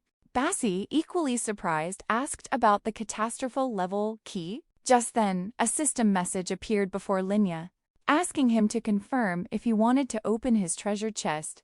Mumu asked in shock, "Wait, there's a one-time use secret key for a dungeon that hasn't been cleared yet?" Lin Ya realized this key was different from the usual rewards. He explained that once used, the key and the dungeon itself would vanish. Hearing this, Basie's eyes widened. She asked if rewards from single-use dungeons were much better than normal ones. Mumu replied that the rewards are indeed many times better. and that unique items are guaranteed to appear. Linya was surprised, realizing this meant no player had ever cleared an SSS rank dungeon with 100% of their health remaining. However, Mumu didn't seem to care and urged him to open the chest, curious to see what Linya would get without his luck skill. Feeling pressured, Linya moved to open the prize chest. Once the chest was open, a message appeared. He had received the gold rank skill mass heal and the blue iron face. The next message revealed a platinum chest had also been opened, containing free attribute points, along with the platinum level equipment hounds, Fang, and a meteor staff. Linya felt a bit disappointed, seeing there were no top-tier items. But the meteor staff was perfect for Mumu. Mumu chuckled and said, "It's no problem. 10 attribute points are great, too." A message appeared before Linya, confirming he had allocated the additional points to his intelligence attribute. He then approached Mumu, handing him the meteor staff and saying it should suit the earth element. For a master of 5 elements like him, Mumu then asked where they would go next. Linya answered that their team was now ahead of the curve, both in terms of equipment and stats for the professional test. He wanted to make one last push to grind XP and reach level 10. Linya asked his 2 friends if they could clear dungeons solo. He added that if they couldn't get an SSS rank, an S rank would be good enough. Since the main goal was to get XP, Basie was excited, saying it was no problem. A moment later, Linya suddenly shoved Mumu, yelling for him to get out of the way. Linya and Mumu were stunned by the sudden appearance of mysterious figures before them. A bald man held a blade to Basie's neck and yelled at Linya, demanding to know if he took the key to the stone sword. Linya and Mumu stared at the group of strangers. They looked panicked, but their minds were racing. Meanwhile, the bald man looked smug, pressing the blade to Basie's neck as he made his threat. However, his threat didn't seem to frighten the girl in the slightest. In fact, it only made her furious. Basie immediately struck the bald man behind her, asking why she should hand over the key. At the same time, a nearby hooded man prepared to attack, a mocking smile on his face. He then unleashed a blast of fire, catching Basie off guard and leaving her unable to dodge. The attacker's brow furrowed as he gritted his teeth, staring intently. With Basie down, the bald man was immediately healed by his colleague. In a grim tone, Linya ordered the bandits to release the girl if they knew what was good for them. However, his opponent just laughed and told Linya not to be arrogant. Suddenly, Linya launched an attack, surprising the hooded man who barely managed to escape. The attack exploded with incredible force. Basie, however, had managed to dive to the side. Annoyed, the bald man yelled at his hooded partner for failing to stop Linya. Meanwhile, another bandit on the ground was shocked that Linya could unleash so much power without even being level 10 at that same moment. Mumu activated his bionic tears, gripping and weakening the other bandits. Linya then demanded to know who the figure was that told them to be brave enough to rob him, while sending power to his partner. The hooded man laughed cruelly, asking his brother if they were really going to let anyone from Linya's group survive. The bald man charged forward, vowing to finish Linya first, since his 2 female companions could do nothing without him. Mumu was terrified, not knowing what to do. But Linya told Mumu and Basie to fall back because all his enemies were radiating dangerous magic. While trying to activate his skill, Linya realized his opponents were the so-called Valen One. They were people who made deals with the demon Abyss, gaining superpowers far beyond their natural talent, on the condition that they become enemies of humanity. Linya then used his divine healing reversal skill, Catastrophe Defense. Before he could act, Linya was attacked by a man covered in fireballs. The fireballs exploded on impact, making the man laugh and call Linya trash who didn't know how to use his skills. He then told his brother that their opponents likely had good equipment, all of which they could take. Then, the silhouette of the bald man his brother mentioned appeared in the plume of smoke. However, the reality was shocking. A moment later, it was Linya holding up the badly injured and powerless bald man. The hooded man was stunned, unable to believe what he was seeing. He immediately ordered his other comrades to heal the bald man. But the man refused, saying he couldn't. All his companions had been taken down in a flash. The hooded man was bewildered, unable to grasp how a priest who hadn't even reached level 10 could have such attack power, unless the boy had made a pact with the demon abbess. But he realized Linye wasn't a normal priest. He didn't even seem human. Overcome with fear, the man decided to flee in a hurry. However, Linye shouted that he wouldn't let anyone who works with demons just walk away. With that, Linye used Reversal Starlight Radiance. The criminals screamed in terror as they tried to escape. A moment later, Linye struck before they could get away, leaving them completely powerless. Linye then realized that by boosting all his skill damage, he could defeat a high defense nightmare-level boss in mere seconds. So, defeating these enemies only took an instant. Seeing this, Mumu commented that if they didn't act, they'd be the ones getting hurt. So attacking was necessary. Meanwhile, Basie felt they needed to dispose of the defeated bandits to cover their tracks, because if the guild found them, there would be trouble. However, Linye felt no guild would recognize them, as they operated in the shadows and didn't care for organizations. Linye then checked the bags of his fallen enemies, noting that the contents were a mix of locked platinum and gold equipment. He sighed, saying that only the fallen could use such items. Suddenly, a system message appeared. A giant calamity-level dungeon had manifested in the forest. Linyar smiled, pleased with the key he had obtained. The level 10 dungeon, known as the Giant's Demise Forest, was once used for professional exams, but for years not a single team had successfully conquered it. This was because of a boss named the Dark Curse Knight, a true nightmare for all students and a major obstacle for professionals. To overcome it, warriors from all over united to challenge him, not for XP or Class 1 equipment, but for the key to a catastrophal-level dungeon called Forgetfulness. However, Linye thought that was a story for another time. Mumu pointed out that the key Linye held was for the Giant's Demise Forest dungeon. Excited, Mumu asked if they could really go there. Linye turned to him and replied that they would enter as soon as Basie's abilities were restored, because their goal wasn't just to reach level 10, but also to get the key to Forgetfulness. Mumu asked what they should do with the remains of the monsters Linye had defeated, since burning them would still leave traces. So he suggested burying them instead, but Momo thought it would be great if they had a summoner to bring back those who have fallen. But Linye felt that Momo's proposal was asking for too much. He then hoisted the bandit onto his shoulder, suggesting they toss them into the dungeon so they'll disappear when the gate closes. Momo cheered, saying it was a great idea. The three of them then threw the bandits into the dungeon with satisfaction. Then, Linye noticed the system message and said they should head back to the academy to recover.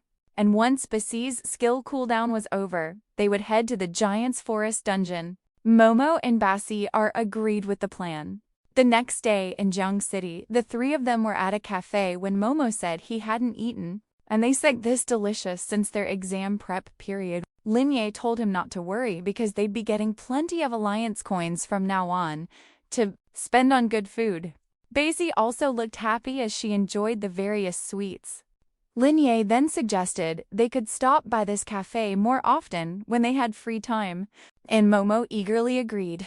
But Momo suddenly felt it would be better to save money for equipment instead of spending it on fun and food like little kids. Basie offered to pay the bill this time. Hearing that, Linye laughed and said their team wouldn't be short on funds. Suddenly, a waiter approached their table and informed them that their bill had been paid by a man.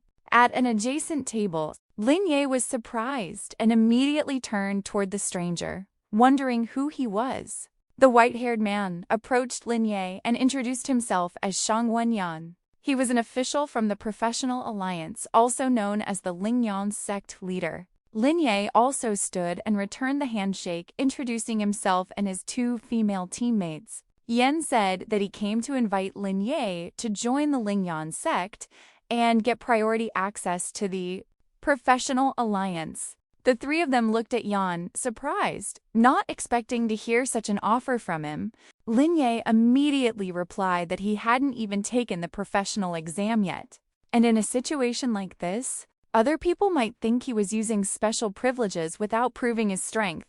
Then, while pouring a drink, Linye said he couldn't accept the offer and wasn't planning to join any sect or team. Yan hadn't expected to be rejected, but he realized that strong people like Linye always have their own considerations. He took a sip of his drink and said he truly hoped Linye could join the alliance as soon as possible. He smiled and said that if they ever needed anything, they could contact him anytime. He then added that, personally, he wanted to duel Linye when the time comes. Linye returned the smile and agreed to the challenge. Thinking that the Lingyan sect and this guy were quite interesting, Linye, Momo, and Basie then gathered in the park behind the academy.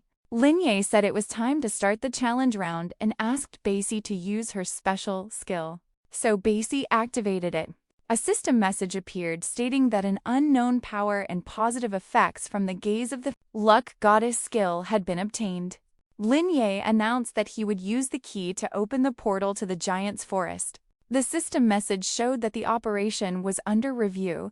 A few seconds later, the dungeon opened and the three of them stood before the entrance, ready to level up and get rewards. A system message appeared before them, displaying the dungeon's characteristics, difficulty level, and historical background. Momo mentioned that this forest is said to be part of a separate secret realm from a dungeon that can only be entered at level 8, with a calamity level difficulty unlike any other.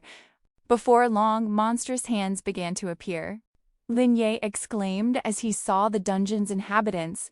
The report identified them as spectral fallen soldiers, monsters with various physical skills. Momo shouted to Linye to leave two of the soldiers to her and Basie. Momo immediately used her bionic tears skill, applying a weakening effect and increasing critical damage to the monsters. Basie was shocked to see her attack power double. He attacked the monster aggressively, watching its health bar drop drastically. Linye then shouted for them to be careful and dodge the monster's attacks. Inwardly, Linye admitted their new equipment was proving to be a huge help. Because of it, Momo and Basie's abilities were now far above the average students. Basie skillfully dodged the opponent's powerful attacks. He gritted his teeth and fought with all his might. Momo didn't stand idle either. He attacked other monsters with his special Poison Bubbles skill, alongside fire slashes from Basie. The combined skills were highly effective, causing the monsters to burst and disintegrate into pieces. A moment later, a purple aura spread from the dark side of the dungeon. Linye shouted for his two teammates to get ready. The first boss had arrived. A panel then appeared before them, displaying information about the monster. It was a horseman named the White Spirit Knight, incredibly strong and tall, and several times larger than the previous monsters. Without a moment's hesitation, Linye immediately used his Starlight Radiance reversal skill and Fallen Hell to attack the boss. Monster! Momo watched and stuttered, Is it already defeated? But with a sharp gaze, Linye answered, Not yet. He told his two partners to hold their positions, provide support, and debuff the opponent.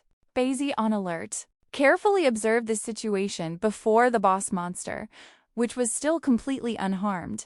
The monster suddenly began to charge, but Mumu immediately used his Bionic Tears skill along with Poison Bubbles, and Basie used Fire Slashes to block it. Under the assault, the enemy's health bar slowly started to drop, with a system message stating it was poisoned and suffering a damage overtime debuff. However, the monster wasn't easy to beat. It restored its lost resources just as its XP increased, and its attributes grew much stronger. Surprised, Momo asked if it was a passive skill, thinking the monster became extremely defensive when its health dropped to 1/4. Meanwhile, Basie, sweating, commented, This is one tough first boss.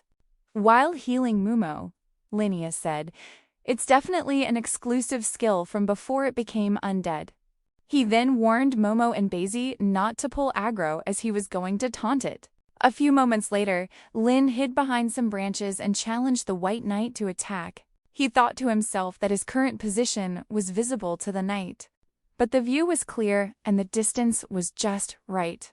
He reasoned that if the monster was a professional knight, it would use a ranged attack like a javelin throw. The monster used a skill and prepared to attack, followed by a system message about the boss using its lion barrier skill, a special shield that can block 300 units of physical and magical damage. A few seconds later, the boss monster used its radiant javelin skill, hurling a spear toward Lin. The spear created an instant explosion when it hit him, but despite the huge impact, Lin Y wasn't hurt. Instead, he grew stronger as his skills activated, sharply increasing his attack power, speed, and defense. The monster stood confused, seeing Lin Ye withstand its powerful attack. Suddenly, Lin dashed forward using his plundering skill, piercing through the monster. However, the attack failed, and he wondered what to do next. But he sensed the boss would use its charge skill, so he readied his weapon and created some distance. Without a second thought, the boss monster mounted its horse and used a charge attack. Linnea also started running and used his blink skill on his opponent, but the boss countered, using a confinement technique. The two of them clashed, but Linnea suddenly switched places by using the flickering stone skill, which also increased all of his attributes by 20 points. Linnea then smiled. His opponent had fallen right into his trap. He began to attack relentlessly, making the opponent's health bar drop drastically. Linnea figured that after the relentless assault, the boss monster's skills must have run out. Now it would have to rely on its physical strength in close-range combat. The monster seemed to realize its holy light skill had ended. It froze for a moment, then turned and started to flee. But Momo shouted, "It's far too late for you to escape." Linnea exclaimed enthusiastically that the skill cooldown was finished and immediately used. Catastrophe! A few seconds later, a luminous explosion lit up the sky, followed by a system message stating that the skill Fallen Hell had also been activated. After that, the players were overjoyed. Defeating the White Spirit Knight gave them 8,600 XP. Linnea leveled up to 9, Mumu to 7, and Basie to 6. Basie said he didn't expect the first boss of a Calamity-level dungeon to be this difficult. Watching Linnea, Mumu thought that, without him, he and Basie would have had a much harder time conquering this dungeon, even if they were wearing diamond armor. Linnea then added that there must be a second boss somewhere, but he was surprised because there wasn't a single sign of it. Suddenly, roots erupted from the ground and caught them, surprising the trio. Linnea realized it was a special teleportation method for Calamity-level dungeons. Linnea immediately warned his two friends to land smoothly, or they would take damage.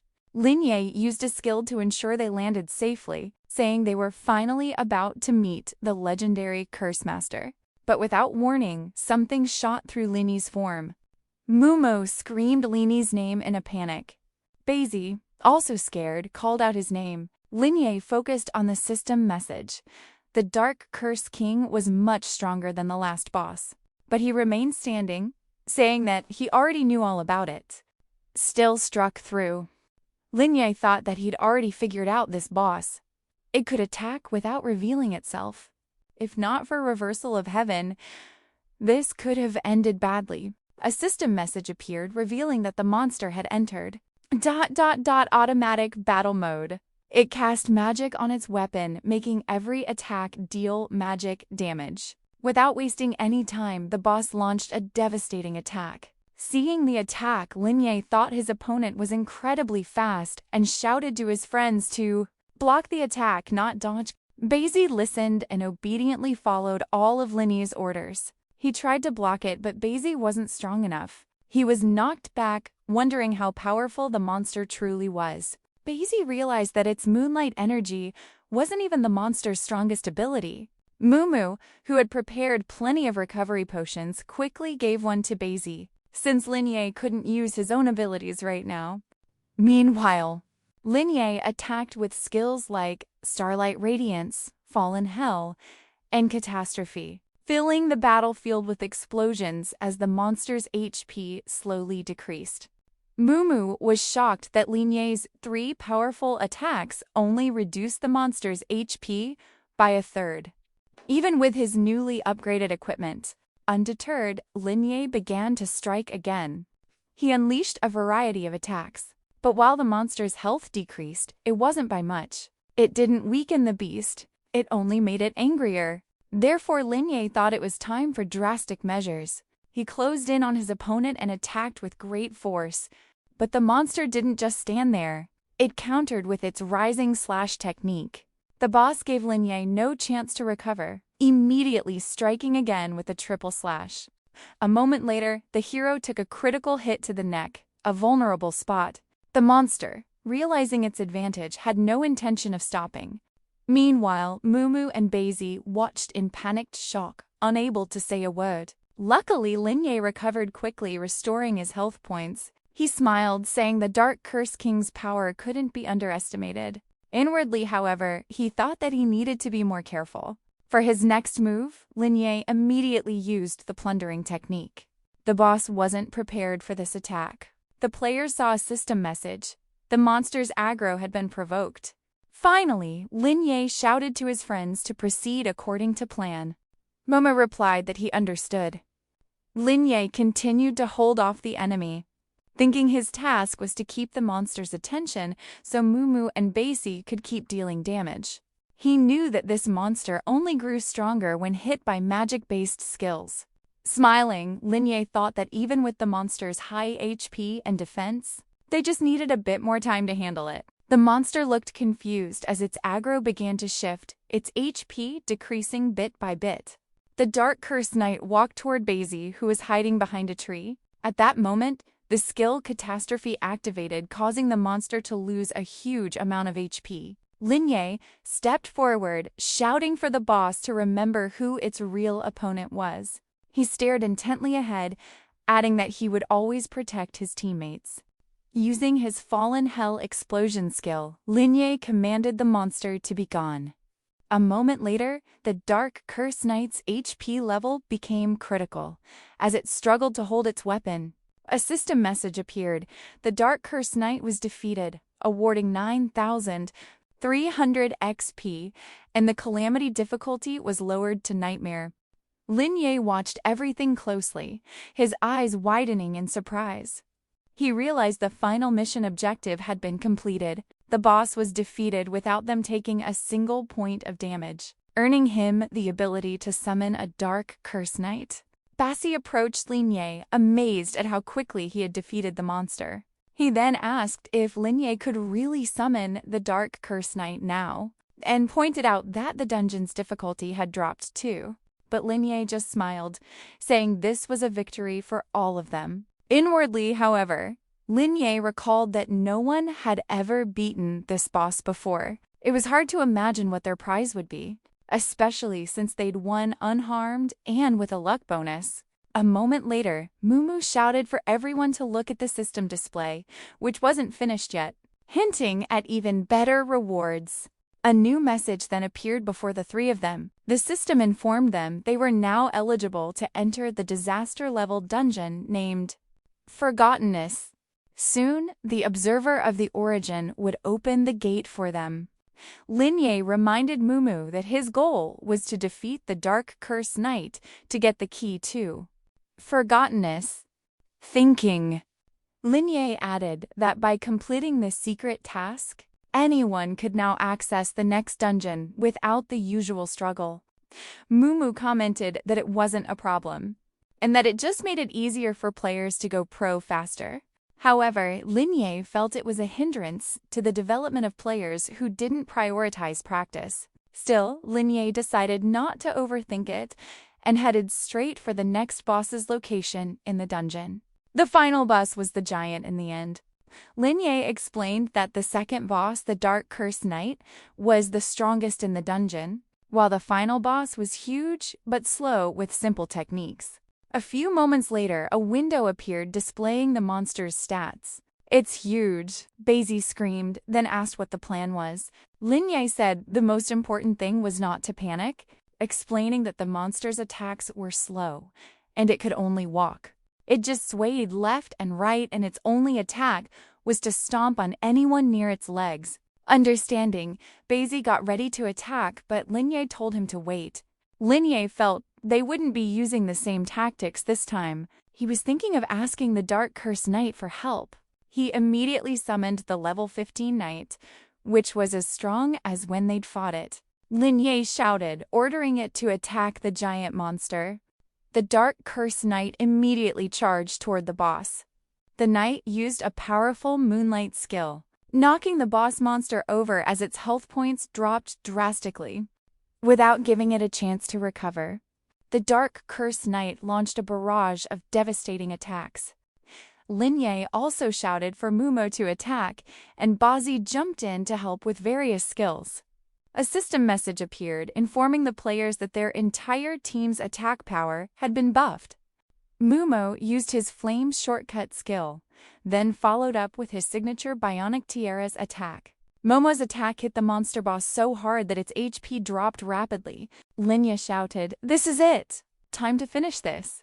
He then used his ultimate skill, overwhelming the monster, and then a system message appeared announcing that the monster, the final boss of the giant secret dungeon, had been defeated. They earned 8,000 points, temporarily boosting Linye to level 10 and Basie to level 8. The young man's eyes beamed with happiness as his body was shrouded in a golden light. He hadn't expected such a huge breakthrough. Momo cheered happily that Linye had reached level 10. The system announced that all hidden quests were complete, doubling their experience points. Basie joyfully said this was the first time he'd ever seen anything like it. Their prizes were being calculated, and thanks to the Goddess of Luck's gaze skill, the treasure chest they received was upgraded to diamond level, and they also got a platinum level chest. Below it, a confirmation message asked if they wanted to open the chests. The two girls hugged each other, with Momo cheering that Basie's skill was incredibly useful this time. Linye calmly explained that this was why he recruited Basie, because he saw his potential. A message appeared. The diamond treasure chest was opened, yielding a diamond level skill. All participants received 15 free attribute points. Next, the platinum treasure chest was unlocked. Players received an additional 15 free attribute points and a piece of platinum level equipment. They also received several items. One was the Heart of the Giant, which added 15 points to all stats and granted the active skill, Giant's Strength. Then there was Marrow's Shard, which adds a shield-penetrating ability to a weapon and increases physical attack. Next was Lightning Parchment, which imbues a weapon with additional lightning magic damage. There was also the White Spirit Heavy Breastplate, an armor that increases strength and endurance. Then the White Spirit Knight's Spear, which increases strength and has a radiant javelin effect. And lastly was Rising Tide, a priest-exclusive skill that can restore the health of all team members. Looking at Rising Tide, Linye felt that the last skill was quite good. A system message appeared about the reversal of Rising Tide, which could cause waves of destruction to sweep across the battlefield. Lin thought that his reversal talent didn't just strengthen skills that were already useful for the team. He realized he lost control after a debuff occurred, even though its power continued to increase. The Rising Tide skill could be transformed from a team-wide buff remover into an enemy-inflicted debuff. Linye considered the effects. It could be a statistical decrease, attribute reduction, healing nullification, or even a stun. The system message confirmed he had learned the Rising Tide skill, and he couldn't contain his joy. Linye thought this would be a good reminder to focus on learning more crowd control skills to build his play style. He then remembered someone telling him that when a talent reaches an advanced level, its very nature can change. He smiled, deciding that ultimately he would be the one to determine the direction of his power. Linye told her two friends that they would sort out the rest of the items after they leave, adding that he needed to inform the academy and Shengguan Yanyan about the disappearance of the Dark Curse Knight and the dungeon's lowered difficulty. Lin then stressed that this would likely cause another huge commotion. The next day, in the academy head's office, the academy head could hardly believe Linya had defeated the Dark Curse Knight in the Giants' Demise Forest Dungeon. He turned to Shunyuan Yanyan, asking her to confirm what he heard about the disaster-level dungeon. Yanyan confirmed it was true, as Lin had contacted her right after he got out.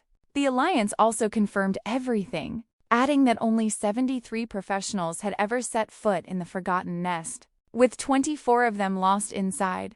The rest had chosen to give up partway through. No one had ever successfully completed the dungeon before. He also said that not a single pro had tried again after failing, not because they didn't want to, but because they couldn't get another entry ticket or had exceeded the level limit. Sir Huang Tianzi, who was beside him, added that they would wait until the young man reached level 15, and the Alliance would do everything to help a talented professional like Linya, although in the end it all depended on the young man himself. After entering the dungeon, the principal then said that everything was fine, adding that all students owed Linya a debt of kindness. The old man agreed, saying they should hold meetings and give awards to Linya. The head of the academy also mentioned that he had once proposed sealing the Gen entrance, but all parties refused. Huang Tianqi stated that any student unable to face a challenge should be removed, because the Alliance will not cultivate an unworthy person to become a professional. The headmaster replied that he was just expressing his thoughts, noting that the monster has already frightened generations of students. While waving her fan, Yan smiled and said that such a thing would not happen again. Suddenly, Momo burst into the principal's office, respectfully showing his cell phone and reporting a problem from Linya's team. On the professional forum, there were so many comments about Linya. The girl explained that the news they relayed to the Alliance had now spread throughout the forum. In addition, many people criticized him for possessing such unreasonable demonic power. Mumu then said that Linya is an extraordinary student at the academy, a prospective professional chosen by the Alliance and the future of the academy. Nervously, Momo begged the head of the academy to do something for Linya. The head of the academy answered that he understood Mumu's feelings. While opening the forum, Yan said he would verify all the information. The forum was filled with visible comments about Linya. Some claimed he was a criminal and had likely made a pact with the devil. Another person mentioned an acquaintance, a teacher at Linya's local academy, who also didn't believe in his abilities. The men in the room immediately grew tense as most readers demanded Linya's strength be tested directly. The head of the academy then told Momo that he would go with her to meet the teacher mentioned in the forum. Meanwhile, Huang Tianzi said seriously that it wasn't certain the teacher even really exists. As for Yan, he said this is possibly all a big scheme engineered by outsiders who don't understand how the Alliance works. So, he suggested that the Academy Alliance and the Huang family raise questions together, though that might not be enough. Suddenly, the MC entered the room and declared he wanted to undergo the demonic aura test. On television, it was reported that the Alliance had strongly condemned the rumors flooding the forum, stating the teacher's testimony was a complete lie. A spokesperson stated that the rumor spreader had pleaded guilty, as Lin has absolutely no connection with any devil. Meanwhile, at the Alliance headquarters, a crowd of reporters had gathered. Their numbers were huge and still growing, all asking Linya questions. The young man stared straight ahead while being asked if he had truly volunteered for the demon aura test. When Linya turned in their direction, the atmosphere suddenly fell silent as the reporters were intimidated by his power. As Lin continued to walk away from them, he calmly said that they shouldn't be reporters if they were so easily scared. A moment later, the reporters began arguing among themselves, questioning why they had suddenly become so frightened. When Linya entered the testing point, a man instructed him to get into the line of holy judgment. Linya complied with the order and began to take off his outer clothes. A system message then emerged, stating that the devil aura examination had begun. A man standing a few meters from the line noted that Linya didn't actually need to do this, because there are always some people who refuse to acknowledge another's success. He added that most professionals believe in the youth's strength. Hearing that, Linya smiled and said that he thought so too and didn't really care about the accusations. He just wanted the people around him to stop feeling afraid and worried for him. The man said that they hoped for a good result, because otherwise they would be forced to arrest Linya. If not, then it can't be helped. Linya nodded in agreement. He closed his eyes and waited for the examination to complete. The men watched the process intently, their faces wet with nervous sweat. Soon, the system declared the examination was successful. The level of demonic aura in Linya's body was stated as 0%, meaning no pact with a devil was detected. The men who were there immediately cheered happily with Young. The oldest among them said that this was extraordinary, and they would immediately print the results report. People watching the broadcast were instantly disappointed, thinking it was impossible. They were hoping that Linya possessed a demonic aura. Meanwhile, comments flooded social media, pointing out how the haters suddenly went silent after seeing the results. While on stream, Linya announced he would publish his specs and equipment, and if anyone still had doubts, they could come challenge him directly and see for themselves. Meanwhile, in his room, Huang Sheng was furious, shouting, "Why does everyone just believe him?" In his eyes, Linya was a cheat corrupted by demonic magic. He leaped out the window, muttering that he had to warn the city. As Linya was walking quietly with some groceries, someone was secretly watching him from behind. It was Xiao Feng, thinking about how low Linya had sunk to be buying his own iced tea and snacks. But after a few moments, Xiao Feng lost track of Linya, even though he was right behind him. Linya then kicked Xiao Feng directly. Shocked, Xiao Feng called Linya's actions sneaky. But Linya retorted that the real sneaky one was the stalker. Zhou Feng then faced Linya, saying he was there to give him a warning. He stepped closer and asked Linya, "Have you ever met the demon abbess?" Hearing this, Linya answered, "Never." Then he recalled the time he defeated 2 of its minions in a dungeon. Xiao Feng suddenly yelled, "Don't lie! I know Abbess's minions were defeated by you. Demon Abbess will definitely seek revenge one day. The Alliance needs this information to track all of their movements." Surprised, Linya asked if Shang had rejected a deal from Demon Abbess just to target him and report him to the authorities. Xiao Feng proudly considered the demons to be nothing, more than mice who wouldn't dare show their faces to humans and could never make him submit. He continued to boast about his wealth, power, and good looks, which he felt were necessary to defeat the demons. Linya could only stare at him, completely dumbfounded. But despite all of Xiao Feng's arrogance, Linya respected him for being able to refuse temptation from Demon Abbess. It was truly extraordinary. As he left, Linya said he hated Demon Abbess too, but his talent could never be controlled by a demon. He then asked Xiao Feng if he understood what that meant, but Xiao Feng just shouted back that he had no idea what he was talking about. Not believing him, Linya threatened that he would report this. A moment later, Linya considered reporting the noisy Xiao Feng to his father to be taught a lesson. Suddenly, his phone buzzed. It was a message. The person spreading false rumors about him had been caught. Moreover, the culprit had also been reselling the strategies Linya had provided. The perpetrator was Cho Hyun, a classmate at the academy who spread fake news in small groups. They already had proof. To his friend, Linya requested that the culprit be blocked immediately from accessing any more strategies or gear. He also asked for the proof to post on the official forums, but Linya's friend felt the guy needed to be taught a lesson first. As their other friends were furious, Linya, however, said it was unnecessary as it would only interfere with their upcoming exams. Besides, the best lesson for the culprit was cutting him off from free attribute points. And as a reward for exposing the fake news, Linya would provide exclusive guides for any dungeon to all the friends who helped, plus other benefits if they found anyone else like Cho Hyun. In addition, one of Linya's friends gave a preview, saying the guide for the Land of Bones dungeon would be released tomorrow. Linya then asked his friends to spread the word that anyone who bought the KOW guide from Choyun was committing a rights violation and would no longer receive any official guides from Linye. With that, the news from Linye began to spread like wildfire. The young man felt annoyed, thinking there was no way left to save money. While several players agreed with Linye and saw him as a hero, a debate erupted among the others. Many believed the perpetrator had stolen Linye's hard work for their own profit. Linye's supporters cheered because she would get a trial version of the new guide, and others quickly joined her team to get it first.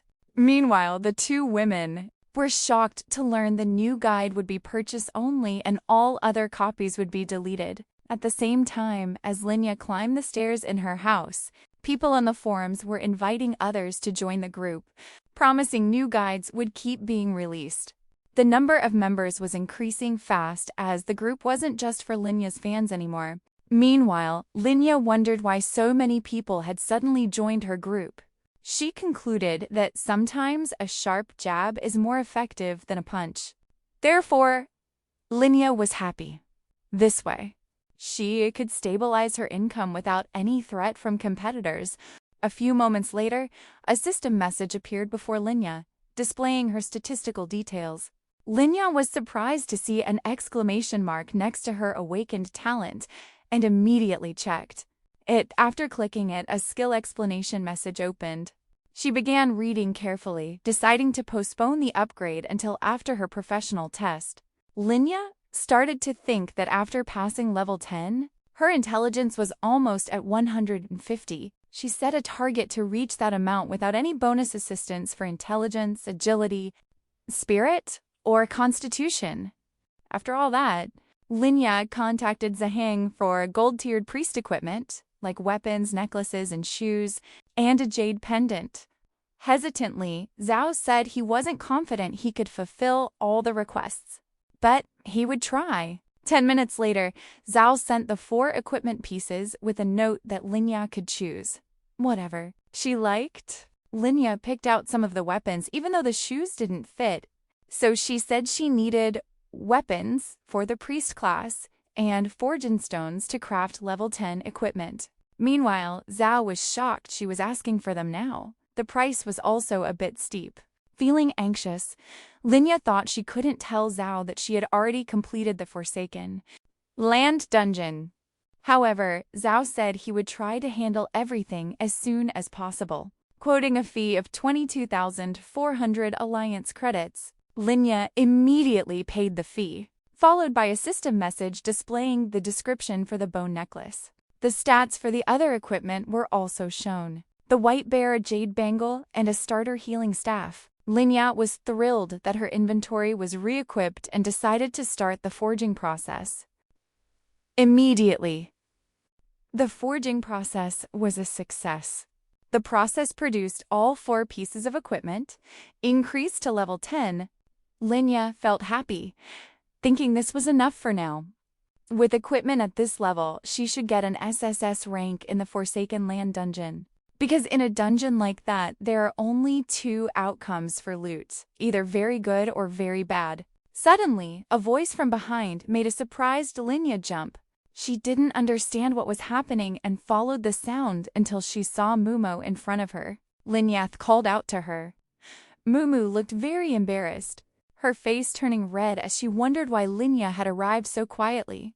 Mumu was using Linye's bathroom because the hot water was out in hers. Linye became flustered, scratching her head and saying it was okay.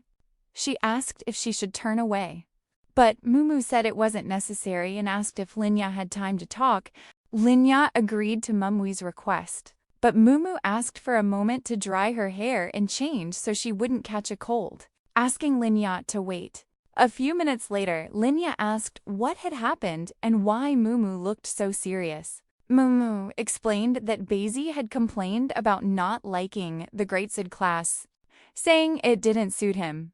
She also said that even though Bazi got new equipment, it still felt difficult for him in the dungeon.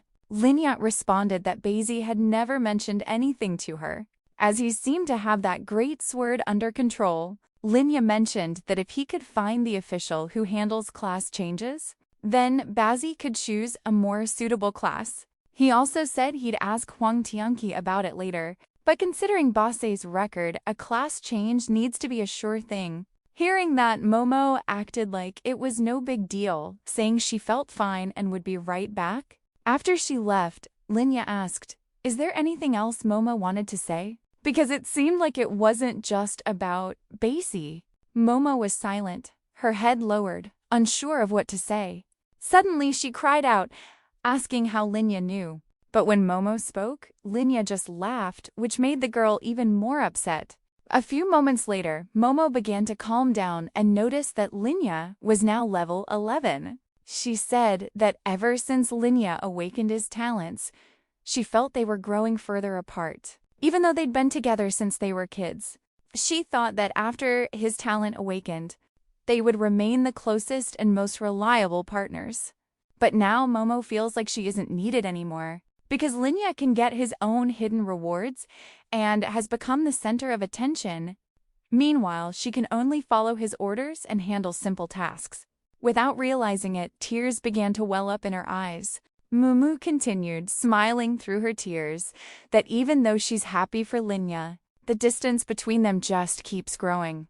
Like in the last dungeon, she felt like a burden and couldn't support the team at all. Linya then placed a hand on Momo's head, telling her she was overthinking things that didn't matter. But Mumu retorted that he was just a blockhead who couldn't understand. Because Linyan doesn't know what it feels like to desperately chase after someone while feeling more and more helpless. Because of that, Momo felt she couldn't depend on Linya anymore. Linya tried to offer advice, suggesting that Mumu needed to be more disciplined starting right now. No more late-night snacks, wake up early, and exercise consistently.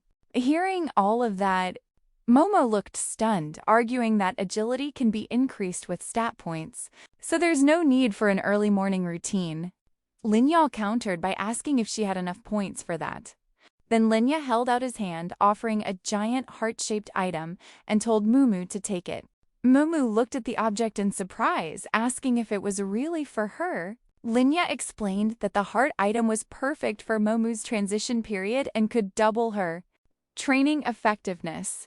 He then encouraged her to believe in herself because her talent has limitless potential. Momo immediately agreed, promising that starting today, she wouldn't eat snacks anymore. As Linya thought about how the girl really needed strong support to grow, Momo suddenly grabbed his hand. She pulled him down onto the sofa with her and asked him to test the potential of her bionic tears. Momo activated the skill and prepared to pounce. Then she unleashed a merciless attack that made Linya scream. Meanwhile, Basie was standing in the open doorway. It was unclear how long he'd been there. He walked into the room, and his two friends immediately gave him a cheerful welcome. Basie then asked if they were heading to the Forsaken Land. He suggested they rest first. Just then, a system message notified him that he had received an unknown power, granting him a special buff. Linya said he had rested enough. It was Momo and Zilla who should probably rest more. Then, Lin used his stone sword key to open a portal to the Forsaken Land. A system message appeared. It stated that the supreme difficulty had been selected, and Linya announced he was heading in. Momo looked terrified because the highest dungeon difficulty was Catastrophe in front of the portal. The system message indicated a catastrophe level difficulty, warning that it was far beyond their current capabilities. However, the one redeeming factor was that there were no traps inside. Without wasting a moment, Linya activated his Heaven and Earth's reversal skill, causing various monsters to rise from their slumber and approach him like prey. One by one, system messages appeared, notifying him that his energy had awakened the monsters. Another system message informed him that the Holy Sword of Fire had materialized, granting Linya extraordinary power. However, Linya thought to himself that he wouldn't use that power while exploring this dungeon. Meanwhile, the system messages just kept coming. A list of special conditions for conquering the Land of Death appeared before him. Without hesitation, Linya immediately used the Reversal of Stars' skill and began attacking the monsters ahead. While the pain was from the burning, some monsters shouted that Linya wasn't human. After all, no human could summon the fires of hell. Linhwa continued, using his divine healing reversal skill to cause a massive explosion, defeating thousands of monsters in just 1 second. Linhwa smiled. Everything was going according to his plan, thanks to his improved equipment and stats. The celestial tier gave him an increase. A 90% healing boost, which could annihilate monsters in just 1 second without any other weapons. But a new wave arrived. More monsters started to appear, ready to attack. In preparation, Linhwa took out a potion ball, feeling grateful to his 2 teammates for providing so many herbs. A message appeared in front of Linhwa after she used an acceleration potion to increase her speed and wind eagle egg pills to temporarily boost her agility. He immediately ran to the front, right into the middle of the monster group. Then, Lin decided to use the reversal skill of Blue Sea Tide. The skill unleashed a crimson sea that washed over the monsters. The ocean even took the form of its own monster. A system message explained that all enemies were now on fire, weakening their attack power, and all the lesser monsters had been defeated. Not long after, the boss monster, the mysterious and dangerous zombie butcher, appeared. Without wasting words, Linhwa immediately locked down the boss monster with his skills. Because he only had 30 seconds to fight it, he ordered his monster companions to help attack. Lin struck the monster's altar, its headquarters, with his various skills. The altar and the zombie butcher were successfully destroyed. But then, 2 more butchers appeared. It didn't take Lin long to defeat them. After he used his loot technique, both butchers were instantly vanquished. But this caused the next 2 monsters, the Skeleton King and the Undying Lich, to awaken. Lin thought to himself that even on catastrophe difficulty, as long as there was a level cap, it wasn't as scary as he had imagined. And with his current abilities and equipment, exploring the dungeon alone was entirely possible. The MC immediately shouted, calling for the CS Master's help. A level 15 Dark Curse Knight, which could fight for 1 hour, appeared as Linhwa mounted his dragon form monster. After a long journey, Linhwa stopped near a large shelter where the Skeleton King was located. He knew this was the monster that strengthened the surrounding creatures it used to hunt down its enemies. Besides the Skeleton King, there was also an undead lich, who had voluntarily transformed itself using dark magic and was much smarter than a typical undead. Even so, Linhwa wasn't afraid. He immediately swung his weapon to the ground and commanded his companion monsters to attack. The CS Master tried to speak, but his words were unclear. Meanwhile, Lin took a deep breath. Linhwa called his monster's name and ordered it to charge forward and attack. The Lich's eyes widened in surprise. The 2 creatures immediately lunged to attack. However, the CS Master struck first with his Moonlight Crush skill, hitting the Lich. However, the Lich felt no pain and instead grinned as a green light radiated from its chest, summoning its undead minions from their hiding places. The undead didn't hesitate to attack the Curse Master, who luckily was able to fend them off using a curse skill, a giant cursed shield that could reflect all magic attacks for 3 seconds back to their source. One of the helpless undead cried out for help to the Skeleton King, who was still sitting on his throne. The skeleton finally stirred as a figure appeared standing behind him. When he turned around, he saw Linhwa activating the reversal of the Blue Sea Tide skill, warning him that he was his true opponent. As the Skeleton King was overwhelmed by the flooding skill, report after report began to appear, showing that it was entering a withered and weakened state. On the other side, the Master swung his Rising Dragon slash attack 3 times in a row. However, that wasn't all. The CS Master followed up with Curse Explosion, which detonated against the airborne Lich. Then from the puff of smoke, the Lich suddenly summoned a black hole. But the CS Master was able to dodge the attack. The CS Master, having survived, glanced behind him. There, the Lich was laughing as it prepared its next attack. But before it could strike, the CS Master slashed it without warning, splitting the Lich's form in midair. However, the Lich had another plan. It intended to unleash a final, self-destructive blast as an offering to its master. The Skeleton King, as the lich began to overload, Linye warned his companion to get away. The blast could drag in everything surrounding it.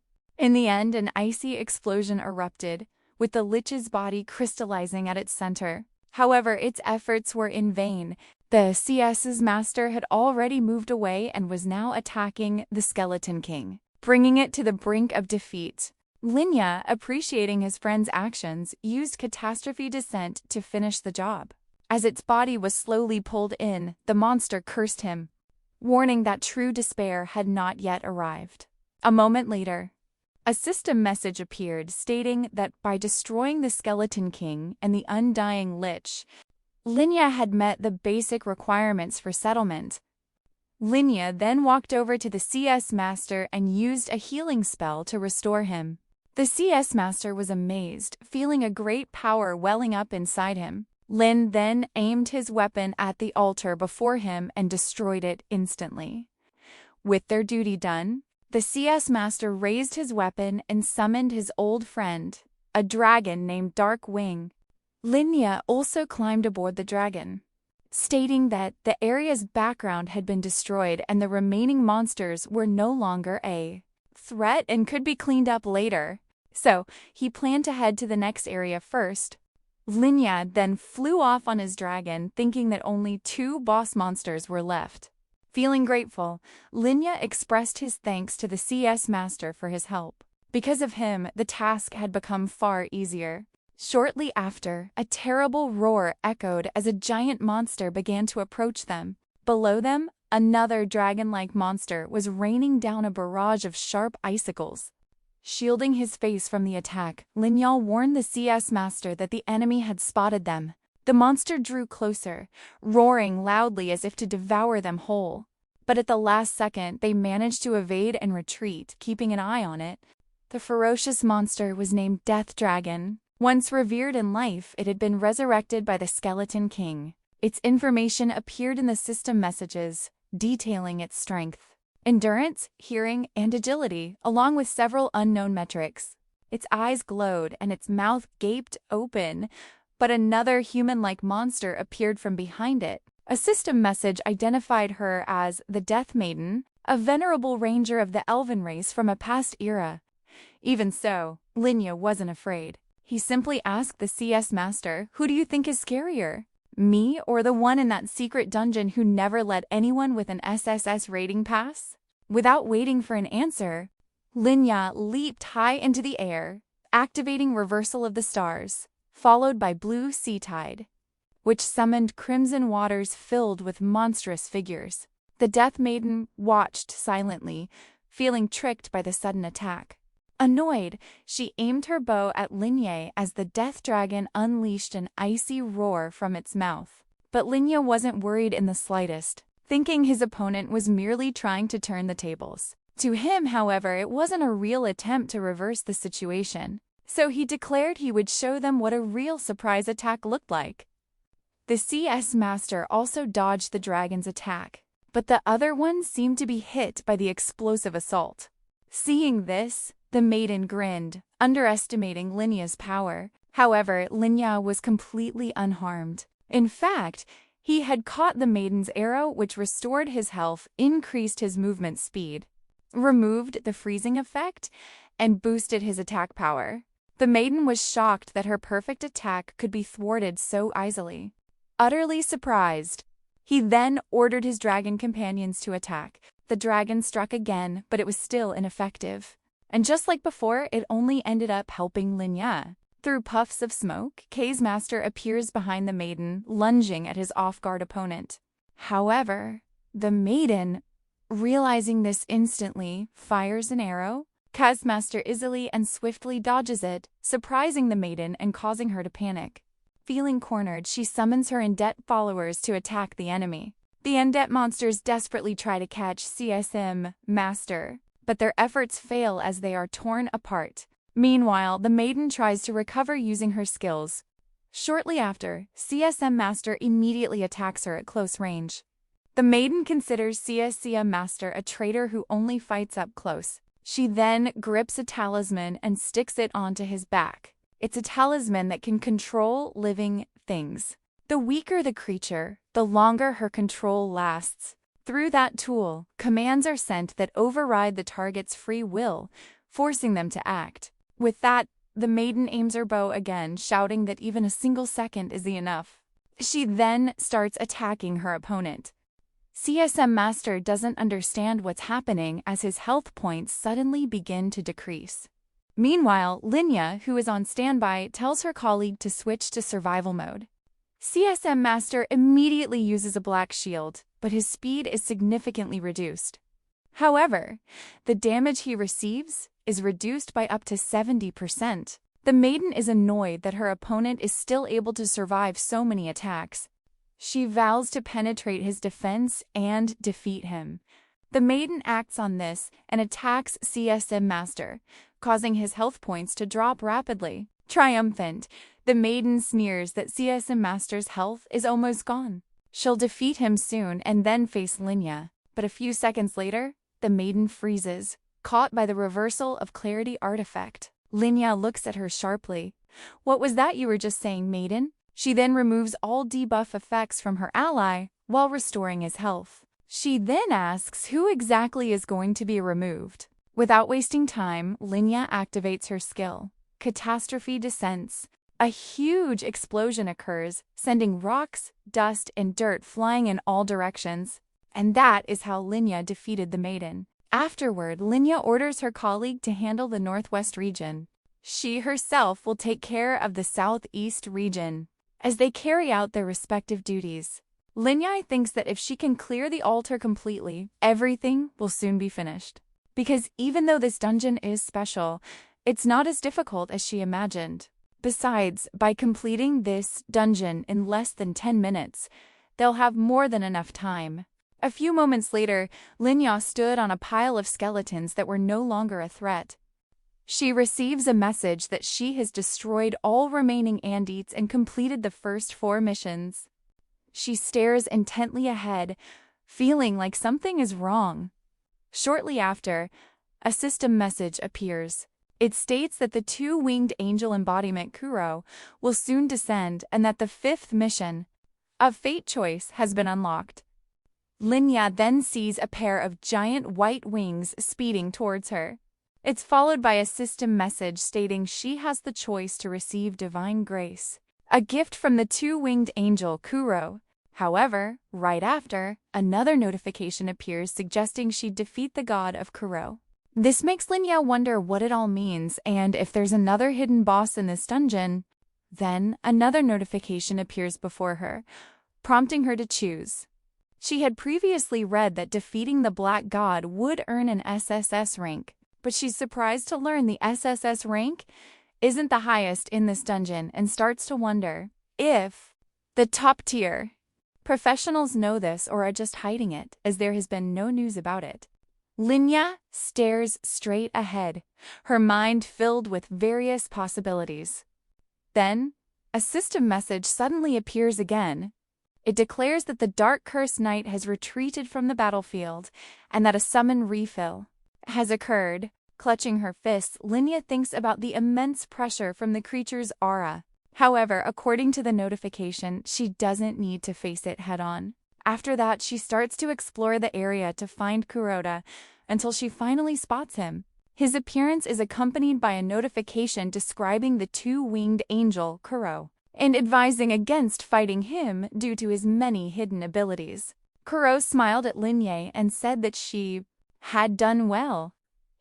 He added that as a representative of the sacred realm, he was here to show gratitude and ensure the Andet would rest forever beneath the earth. Kuro then told Linya she could leave the Holy Sword and the Red Fire Crown and then depart. However, Linya asked, "Shouldn't I get a gift before leaving?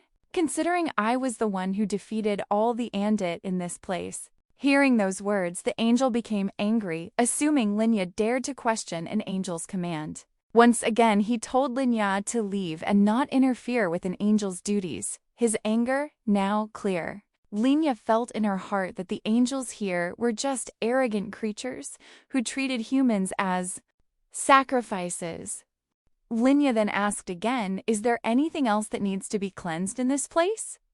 She recalled her achievements. This was the result of her work. So why was Kuroa getting everything? She also used the Heaven and Earth reversal skill. The Dark Angel drew his sword, calling her a meaningless ant and adding that serving the Holy Kingdom was the ultimate gift to humanity. However, he declared Linya was filled with greed, daring to oppose the divine will. The angel's expression changed drastically the moment Linya used her skill. Linya then looked sharply at Kuroa, shouting for him to be quiet. Those words were enough to enrage the angel. He then shouted loudly for holy power to descend. Shortly after, a tremendous explosion sent large rocks flying in every direction. Even so, Linya was unharmed. Only her hair vibrated from the shockwaves. Kuro's eyes burned with hatred as he shouted that he had found Linya's weak point. He then attacked Linya with all his might, using a blind lightning strike skill. Unexpectedly, a giant sword pierced Linya's body. But she immediately used the Heaven and Earth reversal skill, and her health points recovered. This, of course, made Kuro furious. He shouted for Linya to stop avoiding divine punishment with her cunning tricks. Even so, Linya didn't care at all about what Kuro said. While Kuro launched his Thunder Summon skill, Linya was still recovering. In response to Kuro's attack, Linya used the Star Reversal skill, which hurt Kuro slightly. He scolded Linya, calling her an ant toying with its own demise. He then warned her again that there would be punishment for defying a holy being. While withstanding all his attacks, Linya thought that while her opponent seemed intimidating at first, he just looked foolish now. She also thought that the creature before her might not be an angel's actual body, but only a manifestation. Seeing all his attacks blocked, Kuro was stunned that Linya could so easily hold him back while also healing herself. As she gained additional health points, Linya pondered that anyone who saw her defeat the previous bosses shouldn't have been so surprised. The angel then shouted, "Are you immune? You must have an invincibility skill." Linya confirmed that she did have such a skill. All Kuro could do now was pluck a strand of her hair or tear a piece of her clothing. Then Linya's gaze sharpened. She decisively used the Azure Sea reversal skill, sucking Kuro into a powerful vortex. But that wasn't all. She then activated a catastrophic skill, and a massively powerful attack descended upon the angel. Kuro tried to say something, but before he could, Linya finished it with the plunder skill. A few moments later, a system message appeared, stating that she had defeated the embodiment of the two-winged angel, Kuro. Thus, the dungeon known as the Land of Finality was cleared. She achieved the highest rating and received an additional diamond chest. Additionally, it was noted that the secret realm would soon disappear, and the collected power would materialize into exclusive gifts. Another system message appeared stating she had received an exclusive weapon named Flashing Moonshade of unknown quality. Linya immediately took the weapon and began examining it carefully. He realized that this time, his weapon was in the unique category. Shortly after, a notification detailed the weapon's traits, noting that absorbing similar weapons could improve its quality and strengthen its characteristics. Linya also learned the weapon had a redemption form, where every slash produced redemptive energy, and a destruction form, capable of turning the blade into a weapon of ruin. However, that wasn't all. Another unique feature was the Moonshade form, which dealt physical attacks and restored health based on the damage inflicted. While observing her sword, Linya thought that its 3 forms and 3 ultimates were a near-perfect combination for her. Innate skills. She then opened the diamond chest, which contained 20 free points, a frostbow, and an ancient dragon necklace. Platinum equipment and diamond level skills. Linya decided to invest all the points into intelligence, noting that according to the system, her character was now on par with a level 20 professional. She also reflected that this was only the first goal. Linya then went upstairs and paused near the portal. wondering if she should clear some level 10 dungeons while the Goddess of Luck's gaze buff was still active. Suddenly, an annoyed child's voice came from the bushes, saying he'd been waiting for Linya. As Linya turned her head in confusion toward the voice, the boy suddenly swung his weapon, shouting that this would be Linya's final night. As he continued his relentless attacks, the young man claimed Linya had destroyed his reputation, making everyone hate him. It was all because Linya's guide had caused everyone to turn their backs on him. Linya caught the weapon and asked if he was finished. Inwardly, Linya recalled warning the students not to waste time on anger. They had even promised not to interfere. Initially, she had only wanted to teach them a lesson. Annoyed, Linya struck the young man, stating that selling illegal guidebooks was wrong. Ass was slander. The young man fell, gritting his teeth as his body shook with rage. A moment later, he was back on his feet, charging at Linya with glaring eyes, spit flying everywhere. Linya's eyes widened as she realized the young man was exuding a demonic aura. While dodging, Linya looked at Yuan, wondering if he'd truly made a deal with the demon of the abyss. Yuan's eyes were wide and erratic.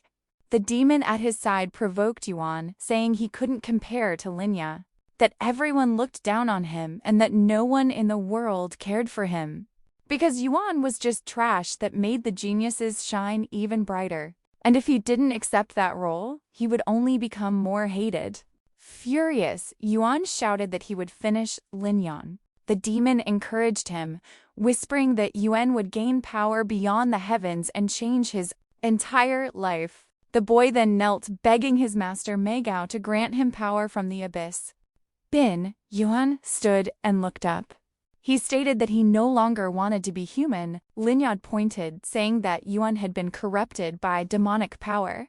Yuan rushed at Linya, realizing the abyssal power was so strong it made his body feel incredibly tough. However, Linya warned that Yuan still had a chance to stop, because if he continued, she would have no choice but to incapacitate him. This was in accordance with the Professional Alliance's code for dealing with those who have been corrupted.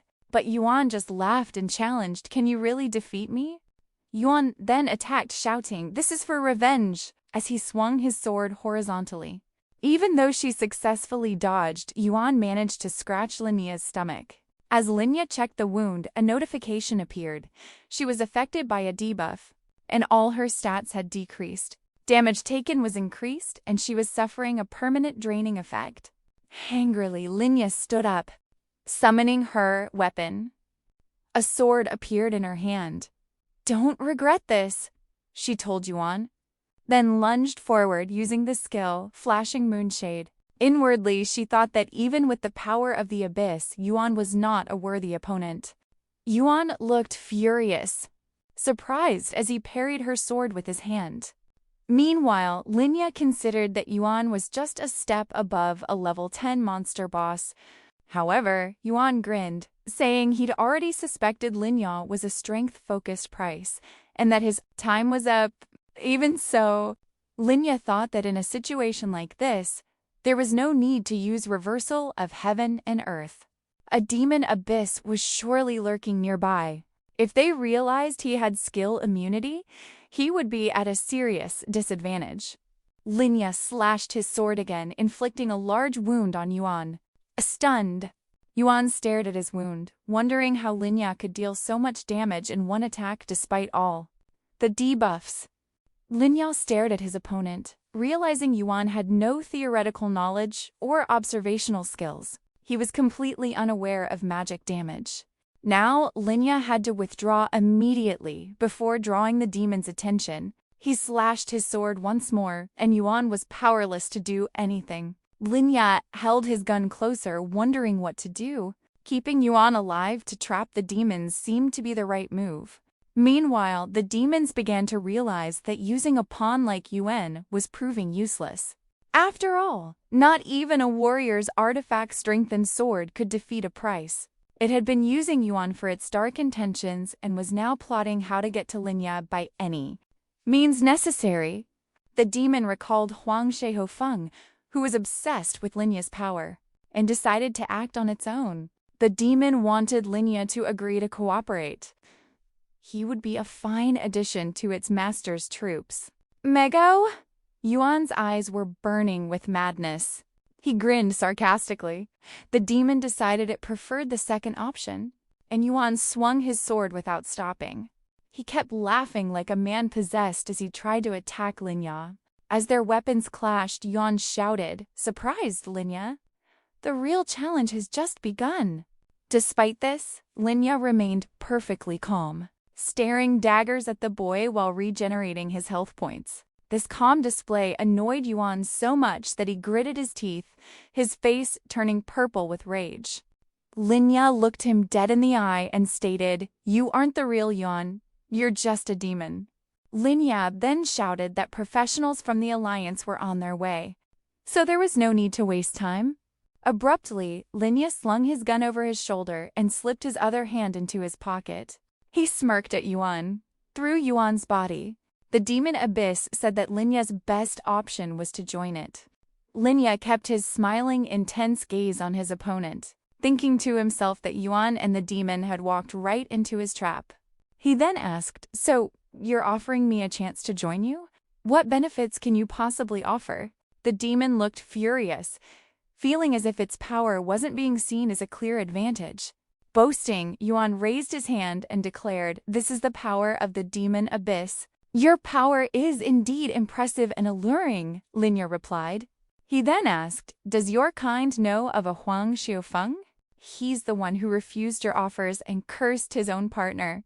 The demon replied that Xiufeng himself had invited it personally, but instead of listening, he had insulted its power. The demon scoffed that giving its power to Yuan had proven just as useless. "I have already gained the trust of the Alliance," Linya thought.